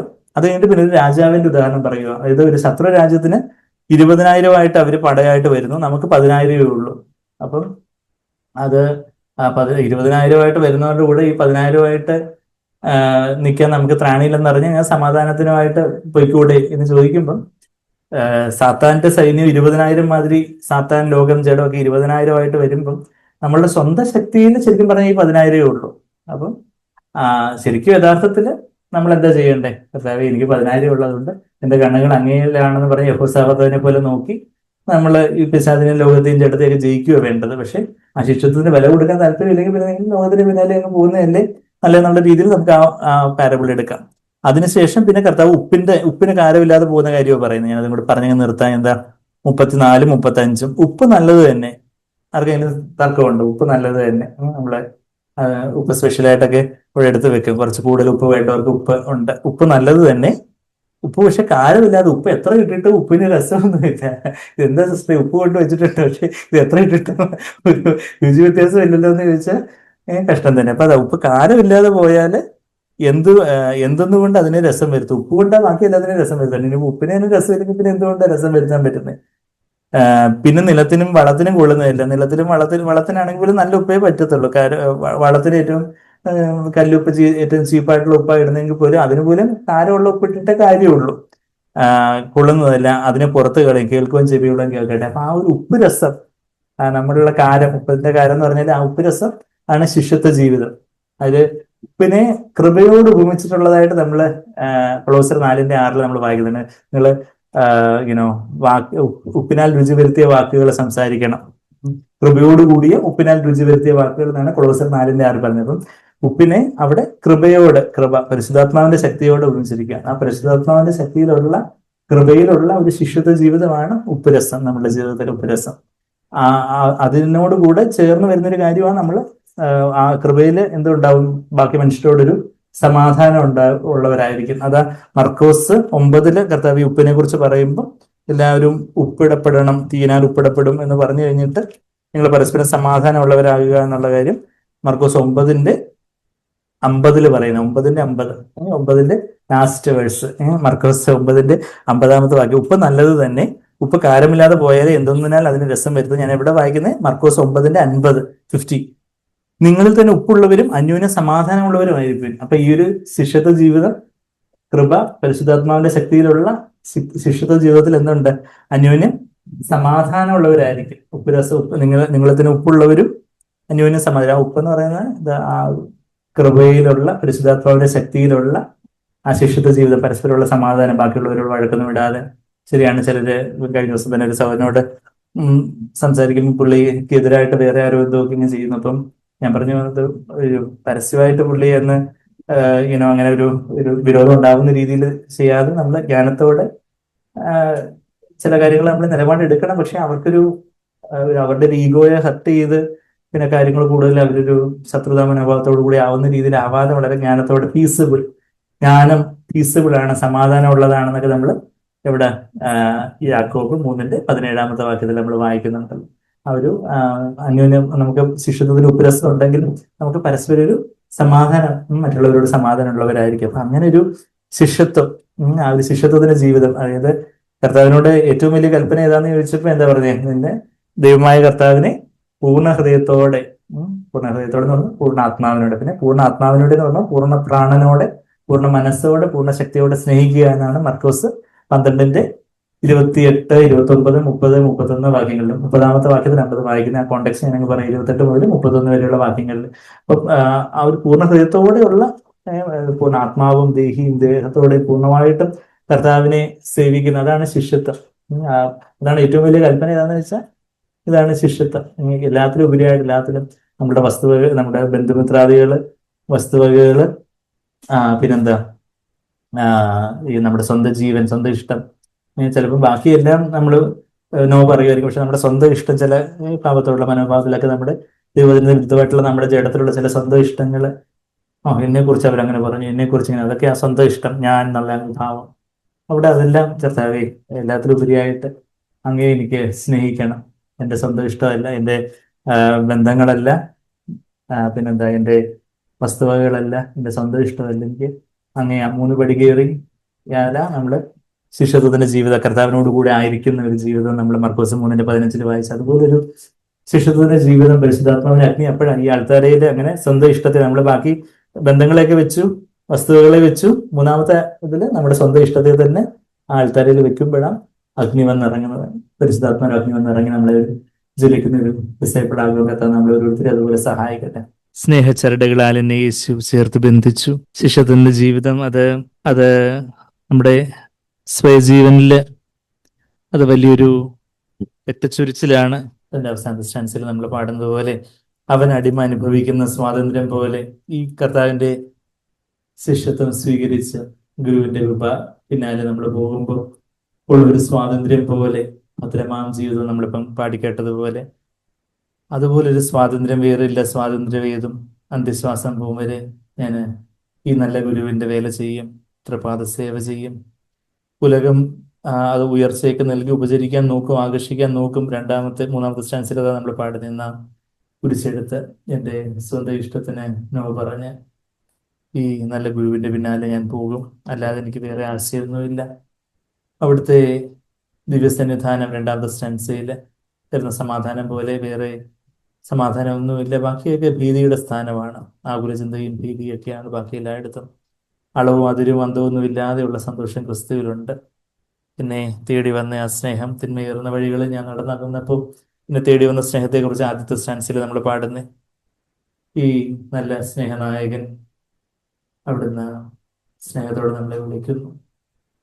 അതെ, അവിടുന്ന് വളരെ കർക്കശമായിട്ട്, വളരെ തീക്ഷ്ണതയോടെ, ഒരു കോംപ്രമൈസും ഇല്ലാതെ, ഒരു വിട്ടുവീഴ്ചയില്ലാതെ അവിടെ നമ്മളോട് സംസാരിക്കുന്ന നമ്മളിലൊരു മാനസാന്തരം കാണുമ്പോൾ അവിടുന്ന് അത്ര സ്നേഹത്തോട് വാത്സല്യത്തോട് നമ്മളെ ചേർത്തണയ്ക്കും. ഒരിക്കലും നമ്മളെ മനഃപൂർവ്വം വേദനിപ്പിക്കണോ ദുഃഖിപ്പിക്കണമെന്നോ ആഗ്രഹിക്കാത്ത ഒരു ദൈവം.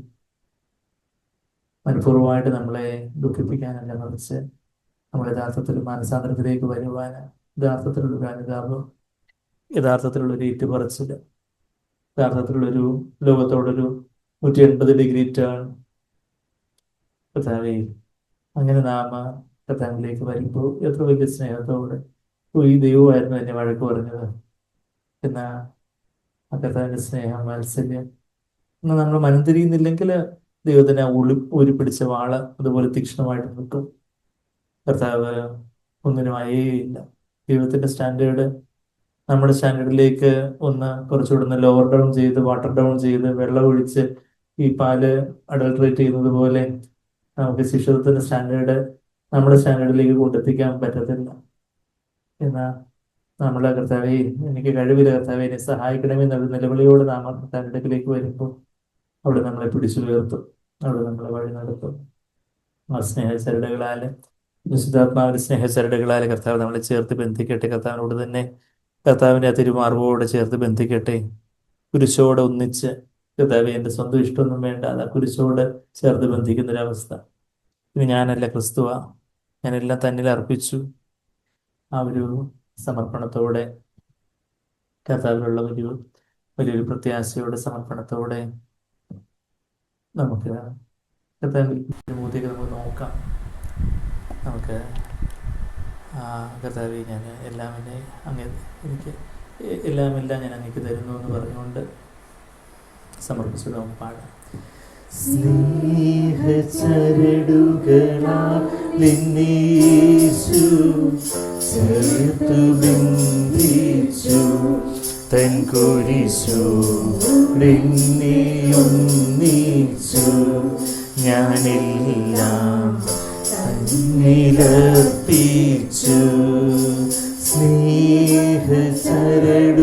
സ്നേഹചരടുകളാലെന്നെ യേശു ചേർത്തു ബന്ധിച്ചു തൻ കുരിശോടെന്നെയൊന്നിച്ചു ഞാനെല്ലാം തന്നിലർപ്പിച്ചു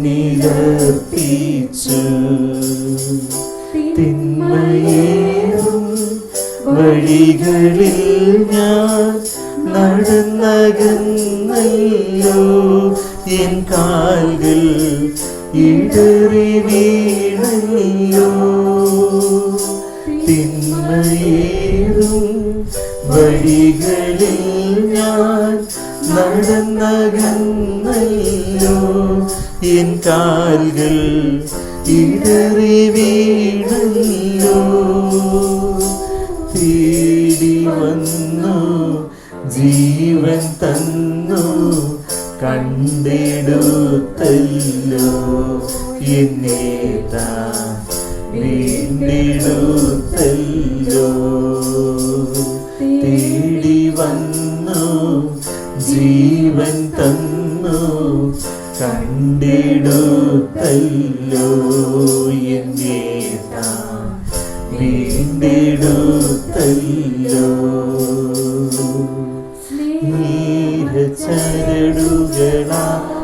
സ്നേഹചരടുകളാലെന്നേശു ചേർത്തു ബന്ധിച്ചു തൻ കുരിശോടെന്നെയൊന്നിച്ചു ഞാനെല്ലാം തന്നിലർപ്പിച്ചു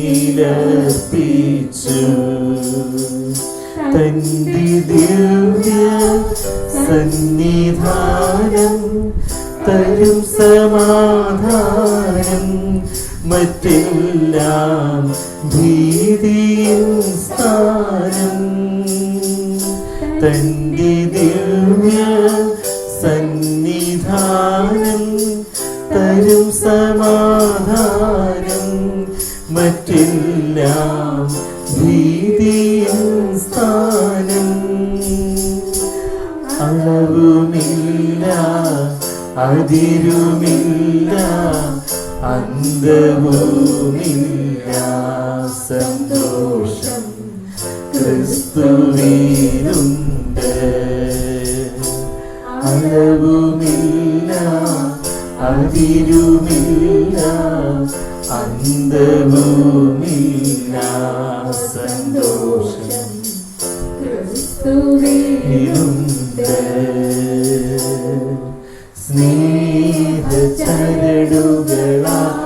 സ്നേഹചരടുകളാലെന്നേശു ചേർത്തു ബന്ധിച്ചു തൻ കുരിശോടെന്നെയൊന്നിച്ചു ഞാനെല്ലാം തന്നിലർപ്പിച്ചു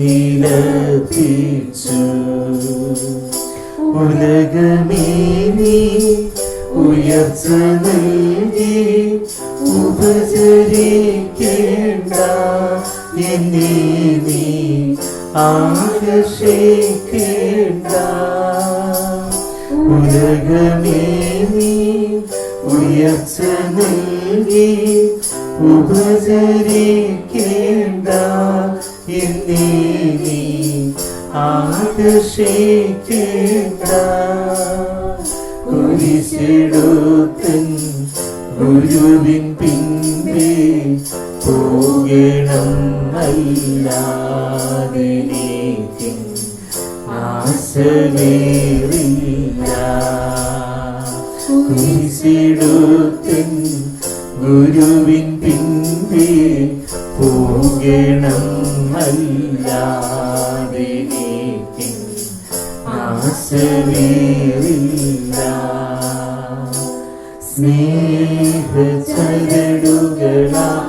സ്നേഹചരടുകളാലെന്നേശു ചേർത്തു ബന്ധിച്ചു തൻ കുരിശോടെന്നെയൊന്നിച്ചു ഞാനെല്ലാം തന്നിൽ അവനടിമ അനുഭവിക്കും സ്വാതന്ത്ര്യം പോലെ വേറില്ല സ്വാതന്ത്ര്യമേതും. അവനടിമ അനുഭവിക്കും സ്വാതന്ത്ര്യം പോലെ വേറില്ല സ്വാതന്ത്ര്യമേതും. അന്ത്യശ്വാസം പോംവരീതൻ വേല ചെയ്യും ഞാൻ തൃപ്പാദ സേവ ചെയ്യും ഞാൻ. അന്ത്യശ്വാസം പോംവരീതൻ വേല ചെയ്യും ഞാൻ തൃപ്പാദ സേവ ചെയ്യും ഞാൻ. സ്നേഹചരടുകളാൽ യേശു ചേർത്തു ബന്ധിച്ചു തൻ കുരിശു പിന്നെയൊന്നിച്ചു ഞാനെല്ലാം തന്നിലർപ്പിച്ചു. സ്നേഹചരടുകളാൽ യേശു ചേർത്തു ബന്ധിച്ചു തൻ കുരിശു പിന്നെയൊന്നിച്ചു ഞാനെല്ലാം തന്നിലർപ്പിച്ചു. അതേ കർത്താവേ, പരിശുദ്ധാത്മാവിൻ്റെ സ്നേഹചരടുകൾ ഞങ്ങളെ അങ്ങോട്ട് ചേർത്ത് ബന്ധിക്കട്ടെ. അതിനായിട്ട് ഞങ്ങൾ തന്നെ ത്യാഗമായിട്ട് അർപ്പിക്കും. പരിശുദ്ധാത്മാവിൻ്റെ അഗ്നി അത് ഞങ്ങളിൽ ഒന്ന് നിറഞ്ഞ് ആ സ്നേഹചരടുകൾ, ദൈവസ്നേഹം ഞങ്ങളിൽ നിറയ്ക്കുന്ന ആ പരിശുദ്ധാത്മാവ് അവിടുത്തെ സ്നേഹചരടുകൾ യാഗമൃഗം, യാഗപശുവിനെ, യാഗമൃഗത്തെ യാഗപീഠത്തിന് കൊമ്പുകളോട് ചേർത്ത് ബന്ധിക്കുവിൻ എന്ന് 118 സങ്കീർത്തനത്തിൽ ഞങ്ങൾ വായിക്കുന്നത് പോലെ അതേ കർത്താവേ, ആ സ്നേഹചരടുകളാൽ ക്രൂശാകുന്ന ആൾത്താരയിലേക്ക് ഞങ്ങളെ ചേർത്ത് ബന്ധിച്ചാട്ടെ. അങ്ങയോട് തന്നെ ഞങ്ങളുടെ ആത്മമണവാളിനോട് ചേർത്ത് ബന്ധിച്ചാട്ടെ. അവിടുത്തെ ഇടങ്കരം ഞങ്ങളുടെ തലയിൽ കീഴിയും അവിടുത്തെ വലങ്കരം ഞങ്ങളെ ചുറ്റിയും ഇരിക്കണം. ചുറ്റിയും ഇരിക്കേണ്ടതിനായിട്ട് അവിടുത്തെ സ്നേഹകരങ്ങൾ, സ്നേഹചരടുകൾ ഞങ്ങളെ അങ്ങയോട് ചേർത്ത് ബന്ധിക്കണമേ എന്ന് ഞങ്ങൾ പ്രാർത്ഥിക്കുന്നു. അതേ കർത്താവേ, ഉലകത്തിന് അതിൻ്റെതായ ഉപചാരങ്ങളും ആകർഷണങ്ങളും ഒക്കെ ഉണ്ട്. അതൊന്നും ഞങ്ങൾക്ക് വേണ്ട.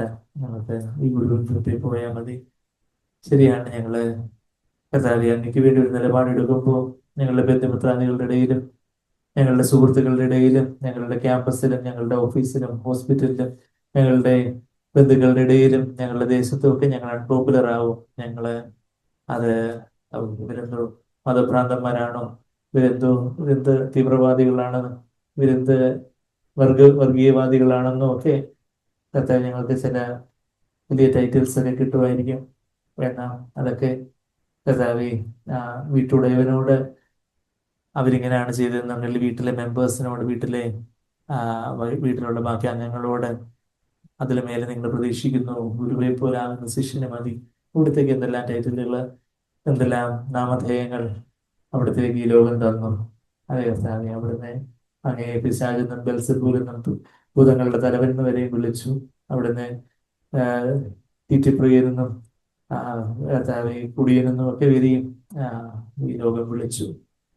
എന്തെല്ലാം ഇരട്ട പേരുള്ള ഗലീലക്കാരൻ, ഇവന് സ്ഥിരതയില്ലയോ, ഇവന്റെ മനസ്സ് പോയിരിക്കുന്നു, ഇവന് എന്തോ ഔട്ട് ഓഫ് ഹിസ് സെൻസസ്, അവന് സൈക്കാട്രിക് പ്രോബ്ലം ഉണ്ട് എന്നവരെയും ഭ്രാന്തുണ്ടല്ലോ എന്നൊക്കെ വരെയും അന്ന് ലോകക്കാരും ബന്ധുക്കളൊക്കെ കർത്താവിനെ കണ്ട് സംശയിച്ചു. അതെ കർത്താവ്, അങ്ങനെ ഒരു പാതയിലാണല്ലോ, അങ്ങനെ ഒരു ശിശുത്വത്തിന്റെ പാതയിലാണല്ലോ ഞങ്ങളെ അവിടെ വിളിച്ചിരിക്കുന്നത്. ഈ പാതയിലെ ഓരോ പാതകൾ എടുത്തു വെക്കുമ്പോഴും അവിടെ ചോരപ്പാടുകളുണ്ട്. ഞങ്ങളുടെ അരുമദേവൻ, അരുമഗുരു, ഞങ്ങളുടെ പ്രിയ ഗുരു പോയ ആ ചോരപ്പാടുകൾ ഉണ്ട്. ഞങ്ങളുടെയും സ്വയജീവന്റെ ചോര ഒലിക്കുന്ന പാടുകളുണ്ട്. വചനമാകുന്ന വാള് ഞങ്ങളുടെ സ്വയജീവനിലേക്ക് പതിക്കുമ്പോൾ സ്വയജീവന്റെ ആ ചോര രക്തത്തിലാണ് പ്രാണനുള്ളത്. ആ പ്രാണരക്തം ചൊരിയുന്ന ഒരു ചോരപ്പാടുകൾ ഈ ശിഷ്യത്വത്തിന്റെ ഒരു പാതയിലും ഉണ്ട്. അതെ, രക്തക്കറകളുള്ള ഒരു പാതയിലാണ് എന്ന് അങ്ങയോടൊപ്പം കർത്താവെ ക്രൂശെടുത്ത് നടക്കുമ്പോൾ എന്റെ മുഖം മൃദുവും എന്റെ ചുമട് ലഘുവാണെന്നാണല്ലോ എന്ന് പറഞ്ഞിട്ടുള്ളത്. അത് എത്ര വലിയൊരു ആനന്ദം, എത്ര വലിയൊരു സന്തോഷം! ഈ ലോകത്തിന് നൽകാൻ കഴിയാത്തതിലും വലിയ ഒരു സന്തോഷവും സ്വാതന്ത്ര്യവും സമാധാനവും ഒക്കെ ഉള്ളൊരു ജീവിതം. മറ്റുള്ളവർക്ക് അസൂയ തോന്നുന്ന തരത്തിലുള്ള ഒരു സന്തോഷവും സമാധാനവും സ്വസ്ഥതയുള്ളൊരു ജീവിതം, ഭദ്രമായിട്ടുള്ളൊരു ജീവിതം. അതെ കർത്താവ്, എത്ര വലിയൊരു സ്വാതന്ത്ര്യമുള്ള ഒരു ജീവിതത്തിലേക്ക് അവിടെ ഞങ്ങളെ നയം കാട്ടി വിളിക്കുന്ന ഓർത്ത് ഞങ്ങളെ സ്തുതിക്കുന്നു. അതെ കർത്താവ്, അവിടുത്തെ വചനത്തിൽ ഞങ്ങൾ വായിച്ചു കേട്ടതുപോലെ അത് ഞങ്ങളുടെ മക്കൾക്കും പറഞ്ഞു കൊടുക്കട്ടെ. ഞങ്ങളുടെ തലമുറകൾക്ക്, ഞങ്ങളെ വീട്ടിലിരിക്കുമ്പോഴും കിടക്കുമ്പോഴും നടക്കുമ്പോഴും എവിടെയൊക്കെ ആണെങ്കിലും കർത്താവ് എന്ത് ചെയ്താലും അത് ആ പ്രമാണങ്ങള്, ആ ജീവന പ്രമാണങ്ങളെ ഞങ്ങളുടെ മക്കൾക്കും ഞങ്ങളുടെ ഭാര്യയ്ക്കും ഭർത്താവിനും മക്കൾക്കും അപ്പനന്മാർക്കും എല്ലാം കർത്താവ് ഈ ദൈവജനത്തിന്റെ പ്രമാണങ്ങളെ പ്രമാണിക്കുവാൻ പറഞ്ഞു കൊടുക്കുവാൻ കർത്താവ് ഞങ്ങൾ സഹായിക്കട്ടെ. വലിയൊരു വിവാഹ വിരുന്നിനെ അവിടെ നിന്ന് വിളിച്ചിരിക്കുകയാണല്ലോ. എത്ര വലിയൊരു യുവരാജ്യത്തിന് വലിയ സന്തോഷമുള്ള ഒരു വിരുന്ന് കർത്താവ്. ഞങ്ങളുടെ ആ അയോഗ്യതയെ കണ്ട് കർത്താവ് ഇത്ര വലിയൊരു കാര്യത്തിലേക്കാണല്ലോ ഞങ്ങളെ വിളിച്ചിരിക്കുന്നത്. ഇത്ര വലിയൊരു സന്തോഷമുള്ള ഒരു ജീവിതത്തിലേക്കാണല്ലോ വിളിച്ചിരിക്കുന്നത് എന്ന് മനസ്സിലാക്കാൻ ഞങ്ങളെ സഹായിക്കണം. മുമ്പിൽ വെച്ചിരിക്കുന്ന സന്തോഷത്തെ കണ്ട് അപമാനം അലക്ഷ്യമാക്കുവാൻ, അതിനെക്കുറിച്ച് ചിന്തിക്കുക പോലും ചെയ്യാതെ കർത്താവെ ആ കർത്താവെ അങ്ങയോടുള്ള കൂട്ടായ്മയുടെ സന്തോഷത്തെ കണ്ട് ബാക്കി ക്രൂസിന് നിന്നെയും എല്ലാം ക്രിസ്തുവിന് നിന്നെയും അത് വലിയ ധനമായിട്ട് വലിയ ലോട്ടറി അടിച്ച് വലിയ സന്തോഷത്തില് മറ്റുള്ളവരെ ഞങ്ങളെ നിന്ദിക്കുമ്പോൾ വലിയ സന്തോഷത്തോടെ ഉള്ളാലെ തുള്ളിച്ചാടുവാൻ ഞങ്ങളെ സഹായിക്കണമേ എന്ന് പ്രാർത്ഥിക്കും. അതെ കർത്താവെ, ഞങ്ങളെ സഹായിക്കണമേ. ഞങ്ങളെ തന്നെയും അവിടുത്തെ ശിഷ്യത്വത്തിലേക്ക് കർത്താവെ ആ ബന്ധങ്ങളെ വ്യക്തിബന്ധങ്ങളെ എല്ലാം ഞങ്ങൾ ക്രൂസിൽ വെക്കുന്നു. കർത്താവെ, ഞങ്ങളുടെ വസ്തുവകളെ ഞങ്ങൾക്കുള്ളതിനെല്ലാം ക്രൂസിൽ വെക്കുന്നു. കർത്താവെ, ഞങ്ങളെ തന്നെയും ഞങ്ങളുടെ സ്വന്തം ഇഷ്ടത്തെയും ആ യാഗപീഠത്തിൽ ഞങ്ങൾ വെക്കും. ഉൾക്കാട്ടിന് ഞങ്ങളെ വന്ന് ദഹിപ്പിച്ച് ആ സ്നേഹചരണങ്ങൾ കൊണ്ട് ഞങ്ങളെ അങ്ങയോട് ചേർത്ത് ബന്ധിക്കണമേ എന്ന് പ്രാർത്ഥിക്കുന്നു. നന്ദി കർത്താവെ, നന്ദി. സ്വാതന്ത്ര്യത്തിന്റെ വചനത്തിനാടി ഞങ്ങൾ അങ്ങേ സ്തുതിക്കുന്നു. സ്വാതന്ത്ര്യത്തിന്റെ കുഞ്ഞിനായ പ്രമാണത്തിനാടി ഞങ്ങൾ അങ്ങേ സ്തുതിക്കുന്നു. നമുക്ക് കർത്താവിനെ സ്തുതിക്കാൻ നന്ദി പറയാം. നന്ദി കർത്താവെ, നന്ദി. ഹല്ലേലൂയ, ഹല്ലേലൂയ. Thank you lord, thank you Jesus, thank you father, thank you lord, thank you father. നന്ദി യേശുവേ, നന്ദി. ഈ ജീവന്റെ വചനങ്ങൾക്കായിട്ട് ഞങ്ങൾ അങ്ങേ സ്തുതിക്കുന്നു. പ്രൈസ് യു ഫാദർ, ഹല്ലേലൂയ. നന്ദി കർത്താവേ, നന്ദി. ഹല്ലേലൂയ, ഹല്ലേലൂയ, ഹല്ലേലൂയ. Thank you father. ജീവന്റെ വചനങ്ങൾ, നിത്യജീവന വചനങ്ങൾ അങ്ങയുടെ പക്കലാണുള്ളത്. ഞങ്ങൾ അങ്ങേ വിട്ട് എവിടെ പോകും കർത്താവേ? ഞങ്ങളെ സഹായിക്കണമേ. ഈ ക്രൂസിന്റെ പാതയിൽ തന്നെ കർത്താവെ മടുത്തു പോകാതെ നടപ്പാൻ കർത്താവെ ആ ഒരു ശാസനങ്ങളും ബോധനങ്ങളും ഒക്കെ നല്ല ആത്മാവിനെ ഏറ്റെടുത്ത് മാനസാന്തരപ്പെടുവാൻ ഞങ്ങൾ ഓരോരുത്തരെയും സഹായിക്കണമെന്ന് പ്രാർത്ഥിക്കുന്നു. കർത്താവെ സഹായിക്കണമേ.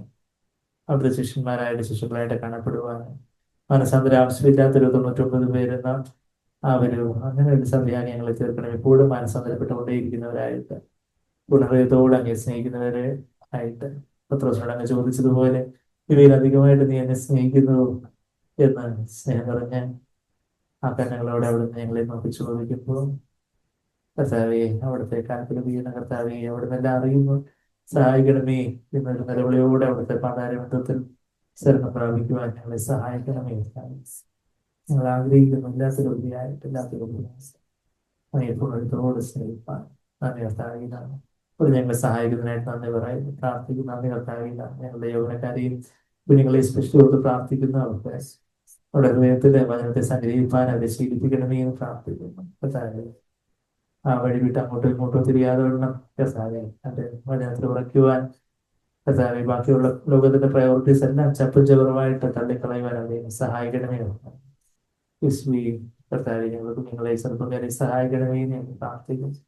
കർത്താവ്, ആരും വഴിതെറ്റി പോകരുതെന്ന് ഞങ്ങൾ പ്രാർത്ഥിക്കുന്നു. കർത്താവ്, ആരും നഷ്ടപ്പെട്ടു പോകാൻ ഇടവരുതെന്ന് പ്രാർത്ഥിക്കുന്നു. അവരാരും ലോകത്തിന്റെ വഴിയെ തെറ്റായ തെരഞ്ഞെടുപ്പുകളിലേക്ക് പോകരുതെന്ന് ഞങ്ങൾ പ്രാർത്ഥിക്കുന്നു. കർത്താവെ, കാവൽ ചെയ്യണമെന്ന് പ്രാർത്ഥിക്കുന്നു, സഹായിക്കണമെന്ന് പ്രാർത്ഥിക്കുന്നു. മാതാപിതാക്കളായിട്ടുള്ള ഞങ്ങൾക്ക് അവർ വലിയൊരു ഉത്തരവാദിത്വ ബോധം ഞങ്ങൾക്ക് അധികമായിട്ട് തരണമേ. ഇന്ന് വരെ ഉള്ളതിലും അധികമായിട്ടുള്ള ഉത്തരവാദിത്വ ബോധം ഞങ്ങൾക്ക് തരണം കർത്താവെ. ഞങ്ങളെ അങ്ങ് ഏൽപ്പിച്ചിരിക്കുന്ന പ്രഷ്യസ് ഗിഫ്റ്റ്സ് ആണ് കർത്താവെ, അവിടുന്ന് തന്ന ഗിഫ്റ്റ്സ് ആണ്. ഇത് ഞങ്ങളുടേതായിട്ടുള്ളതല്ല കർത്താവെ, ഇത് അങ്ങ് തന്ന ദാനമാണ്. മാതാപിതാക്കള് കുഞ്ഞുങ്ങൾ ഞങ്ങൾക്ക് യഹോവയുടെ ദാനമാകുന്നു എന്ന് സങ്കീർത്തനം ഞങ്ങൾ വായിക്കുന്ന പോലെ കർത്താവെ അവിടുന്ന് തന്ന ദാനമാണ്. ആ ദാനം കർത്താവെ ഞങ്ങളെ അങ്ങേക്ക് തിരിച്ചേൽപ്പിക്കുവാൻ ആ ഒരു ഉത്തരവാദിത്വത്തോടെ അങ്ങ് തിരിച്ചേൽപ്പിക്കുവാൻ കർത്താവെ അവരെ നടത്തേണ്ടുന്ന വഴി നടത്തുവാന് കർത്താവെ ഞങ്ങളെ നമുക്ക് ജ്ഞാനം തരണമെന്ന് പ്രാർത്ഥിക്കുന്നു. സ്നേഹത്തോടെ ആയിരിക്കേണ്ട സമയത്ത് സ്നേഹത്തോടെ ആയിരിക്കാനും കാർക്കശ്യത്തോടെ ആയിരിക്കേണ്ട സമയത്ത് കാർക്കശ്യത്തോടെ ആയിരിക്കാനും ഉള്ള ജ്ഞാനം ഞങ്ങൾക്ക് തരണേ കർത്താവെ. അത് മുതിർന്നവരായിട്ടുള്ള ഞങ്ങളുടെ മക്കളാണെങ്കിലും അവര് ഏതെങ്കിലും രീതിയിൽ വഴിതെറ്റുന്നു എന്ന് കാണുമ്പോൾ കർത്താവെ കർക്കശത്തോടെ കർക്കശമായിട്ട് കാര്യങ്ങൾ മുഖം നോക്കാതെ പറയുവാൻ കർത്താവെ മാതാപിതാക്കളായിട്ട് ഞങ്ങൾ ഓരോരുത്തരെയും സഹായിക്കണം. എവിടെ കർത്താവെ വചനത്തിന് വിരുദ്ധമായിട്ടുള്ള കാര്യങ്ങളുണ്ടോ അവിടെ കർത്താവെ ഞങ്ങൾക്ക് തന്നിട്ടുള്ള ആ ഒരു അധികാര പരിധിയിൽ കർത്താവെ അത് മുഖം നോക്കാതെ പറയുവാൻ ഞങ്ങളെ സഹായിക്കണമേ എന്ന് പ്രാർത്ഥിക്കും. അവിടത്തേക്കായിട്ട് അവിടുത്തെ വചനത്തിനായിട്ട് അവിടത്തേക്കായിട്ട് എപ്പോഴും നിലപാടെടുക്കുവാനും കർത്താവെ ആ ഒരു കർത്താവെ അവരെ കർത്താവെ അയ്യോളം ഉരുപ്പിടിച്ച വാളുമായിട്ട് നിങ്ങൾ എത്ര നേരം സ്ട്രിക്റ്റ് ആയിട്ട് നിൽക്കണോ അത്രയും നേരം ആ ഉരുപ്പിടിച്ച വാളുമായിട്ട് സ്ട്രിക്റ്റ് ആയിട്ട് നിൽക്കുവാൻ കർത്താവെ മാതാപിതാക്കളായിട്ട് ഞങ്ങളെ സഹായിക്കണമെന്ന് പ്രാർത്ഥിക്കുന്നു. അവര് മാനസാന്തരപ്പെടുവോളം അവരുടെ തെറ്റിൽ നിന്ന് അവർ പിന്തിരിഞ്ഞ് ക്ഷമ ചോദിച്ച് മാനസാന്തരപ്പെടുവോളം സ്ട്രിക്റ്റ് ആയിട്ട് നിൽക്കേണ്ടത്തോളം അതിന് എത്ര നാളാണെങ്കിലും കർത്താവെ സ്ട്രിക്റ്റ് ആയിട്ട് തന്നെ നിൽക്കുവാൻ കർത്താവ് ഞങ്ങളെ സഹായിക്കണം. കർത്താവെ സഹായിക്കണമെന്ന് പ്രാർത്ഥിക്കുന്നു. എന്നാണ് കർത്താവ് ബാക്കിയുള്ള സമയത്ത് അവരുടെ തെറ്റില്ലാത്ത സമയത്ത് അവരോട് സ്നേഹത്തോടെ അവരെ ചേർത്തണയ്ക്കാനും മത്സരത്തോടെ അവരെ കരുതുവാനും അവരുടെ നല്ല സുഹൃത്തുക്കളാകുവാനും അവർക്കെല്ലാം ഒന്ന് പറയാൻ തക്കമുള്ള ഒരു സ്വാതന്ത്ര്യമുള്ളവരായിട്ട് കർത്താവെ അവരെ സ്നേഹത്തില് കർത്താവെ താല്പര്യത്തില് അവരെ വഴി നടത്തുവാൻ കർത്താവ് മാതാപിതാക്കളെ ഞങ്ങൾക്ക് ഓരോരുത്തർക്കും ജ്ഞാനം നൽകണമെന്ന് പ്രാർത്ഥിക്കുന്നു. സഹായിക്കണം കർത്താവെ. നല്ലത് കാണുമ്പോൾ പ്രോത്സാഹിപ്പിക്കുവാനും നല്ലതെന്ന് പറയുവാനും ഒക്കെ അവരെ എൻകറേജ് ചെയ്യുവാനും ഞങ്ങളെ മറന്നു പോകാൻ ഇടവരുതെന്ന് ഞങ്ങൾ പ്രാർത്ഥിക്കുന്നു. സ്നേഹത്തോടെ കർക്കശത്തോടെ നിങ്ങളെ കർത്താവെ ഡ്രൈവ് ചെയ്യുമ്പം ഇടത്തോട്ടും വലത്തോട്ടും ഒക്കെ സ്റ്റിയറിംഗ് തിരിക്കേണ്ടി വരുന്നത് പോലെ ഇപ്പം സ്ട്രിക്റ്റ് ആവണേ ഇപ്പം സ്നേഹത്തോടെ ആയിരിക്കണം എന്നൊക്കെ കർത്താവെ അവിടുന്ന് ഞങ്ങൾക്ക് ജ്ഞാനം തരണമെന്ന് പ്രാർത്ഥിക്കുന്നു. അങ്ങനെ ഞങ്ങളോട് ആ സ്നേഹത്തോടെ കർക്കശത്തോടെ ഇടപെടുന്നത് പോലെ കർത്താവെ ഞങ്ങളുടെ കുഞ്ഞുങ്ങളോട് അതുപോലെ അവർ നഷ്ടമാകാതെ വണ്ണം കർത്താവെ ഇടപെടുവാൻ ഞങ്ങൾക്ക് വേണ്ടുന്ന ജ്ഞാനത്തെ തന്നാട്ടെ. നന്ദി കർത്താവെ. അവർ വലിയ കാര്യങ്ങളെ ചെയ്യും ഞങ്ങളുടെ സഭയെ അങ്ങ് ഉണർത്തണമെന്ന് പ്രാർത്ഥിക്കുന്നു. നന്ദി കർത്താവെ. നന്ദി. അവർ വലിയ മനസ്സാന്തരം ഉണർവ് നൽകിയാൽ ആ ശിഷ്യന്മാരെ അവിടെ തരുന്നോണ്ടിരിക്കുന്നതായിട്ട് സ്തോത്രം ചെയ്ത് ഇനിയും വലിയ വന്മഴ തരണമെന്ന് ഞങ്ങൾ പ്രാർത്ഥിക്കുന്നു. പ്രാർത്ഥന കേട്ടതിനായിട്ട് നന്ദി പറയുന്നു. വലിയ കാര്യങ്ങളെ ചെയ്യും എന്ന് പറഞ്ഞ് ഞങ്ങൾ വിശ്വസിച്ച് നന്ദി പറയുന്നു. എല്ലാ യേശു കർത്താവിന്റെ വലിയ മാതിരിയുള്ള നാട്ടിൽ തന്നെ.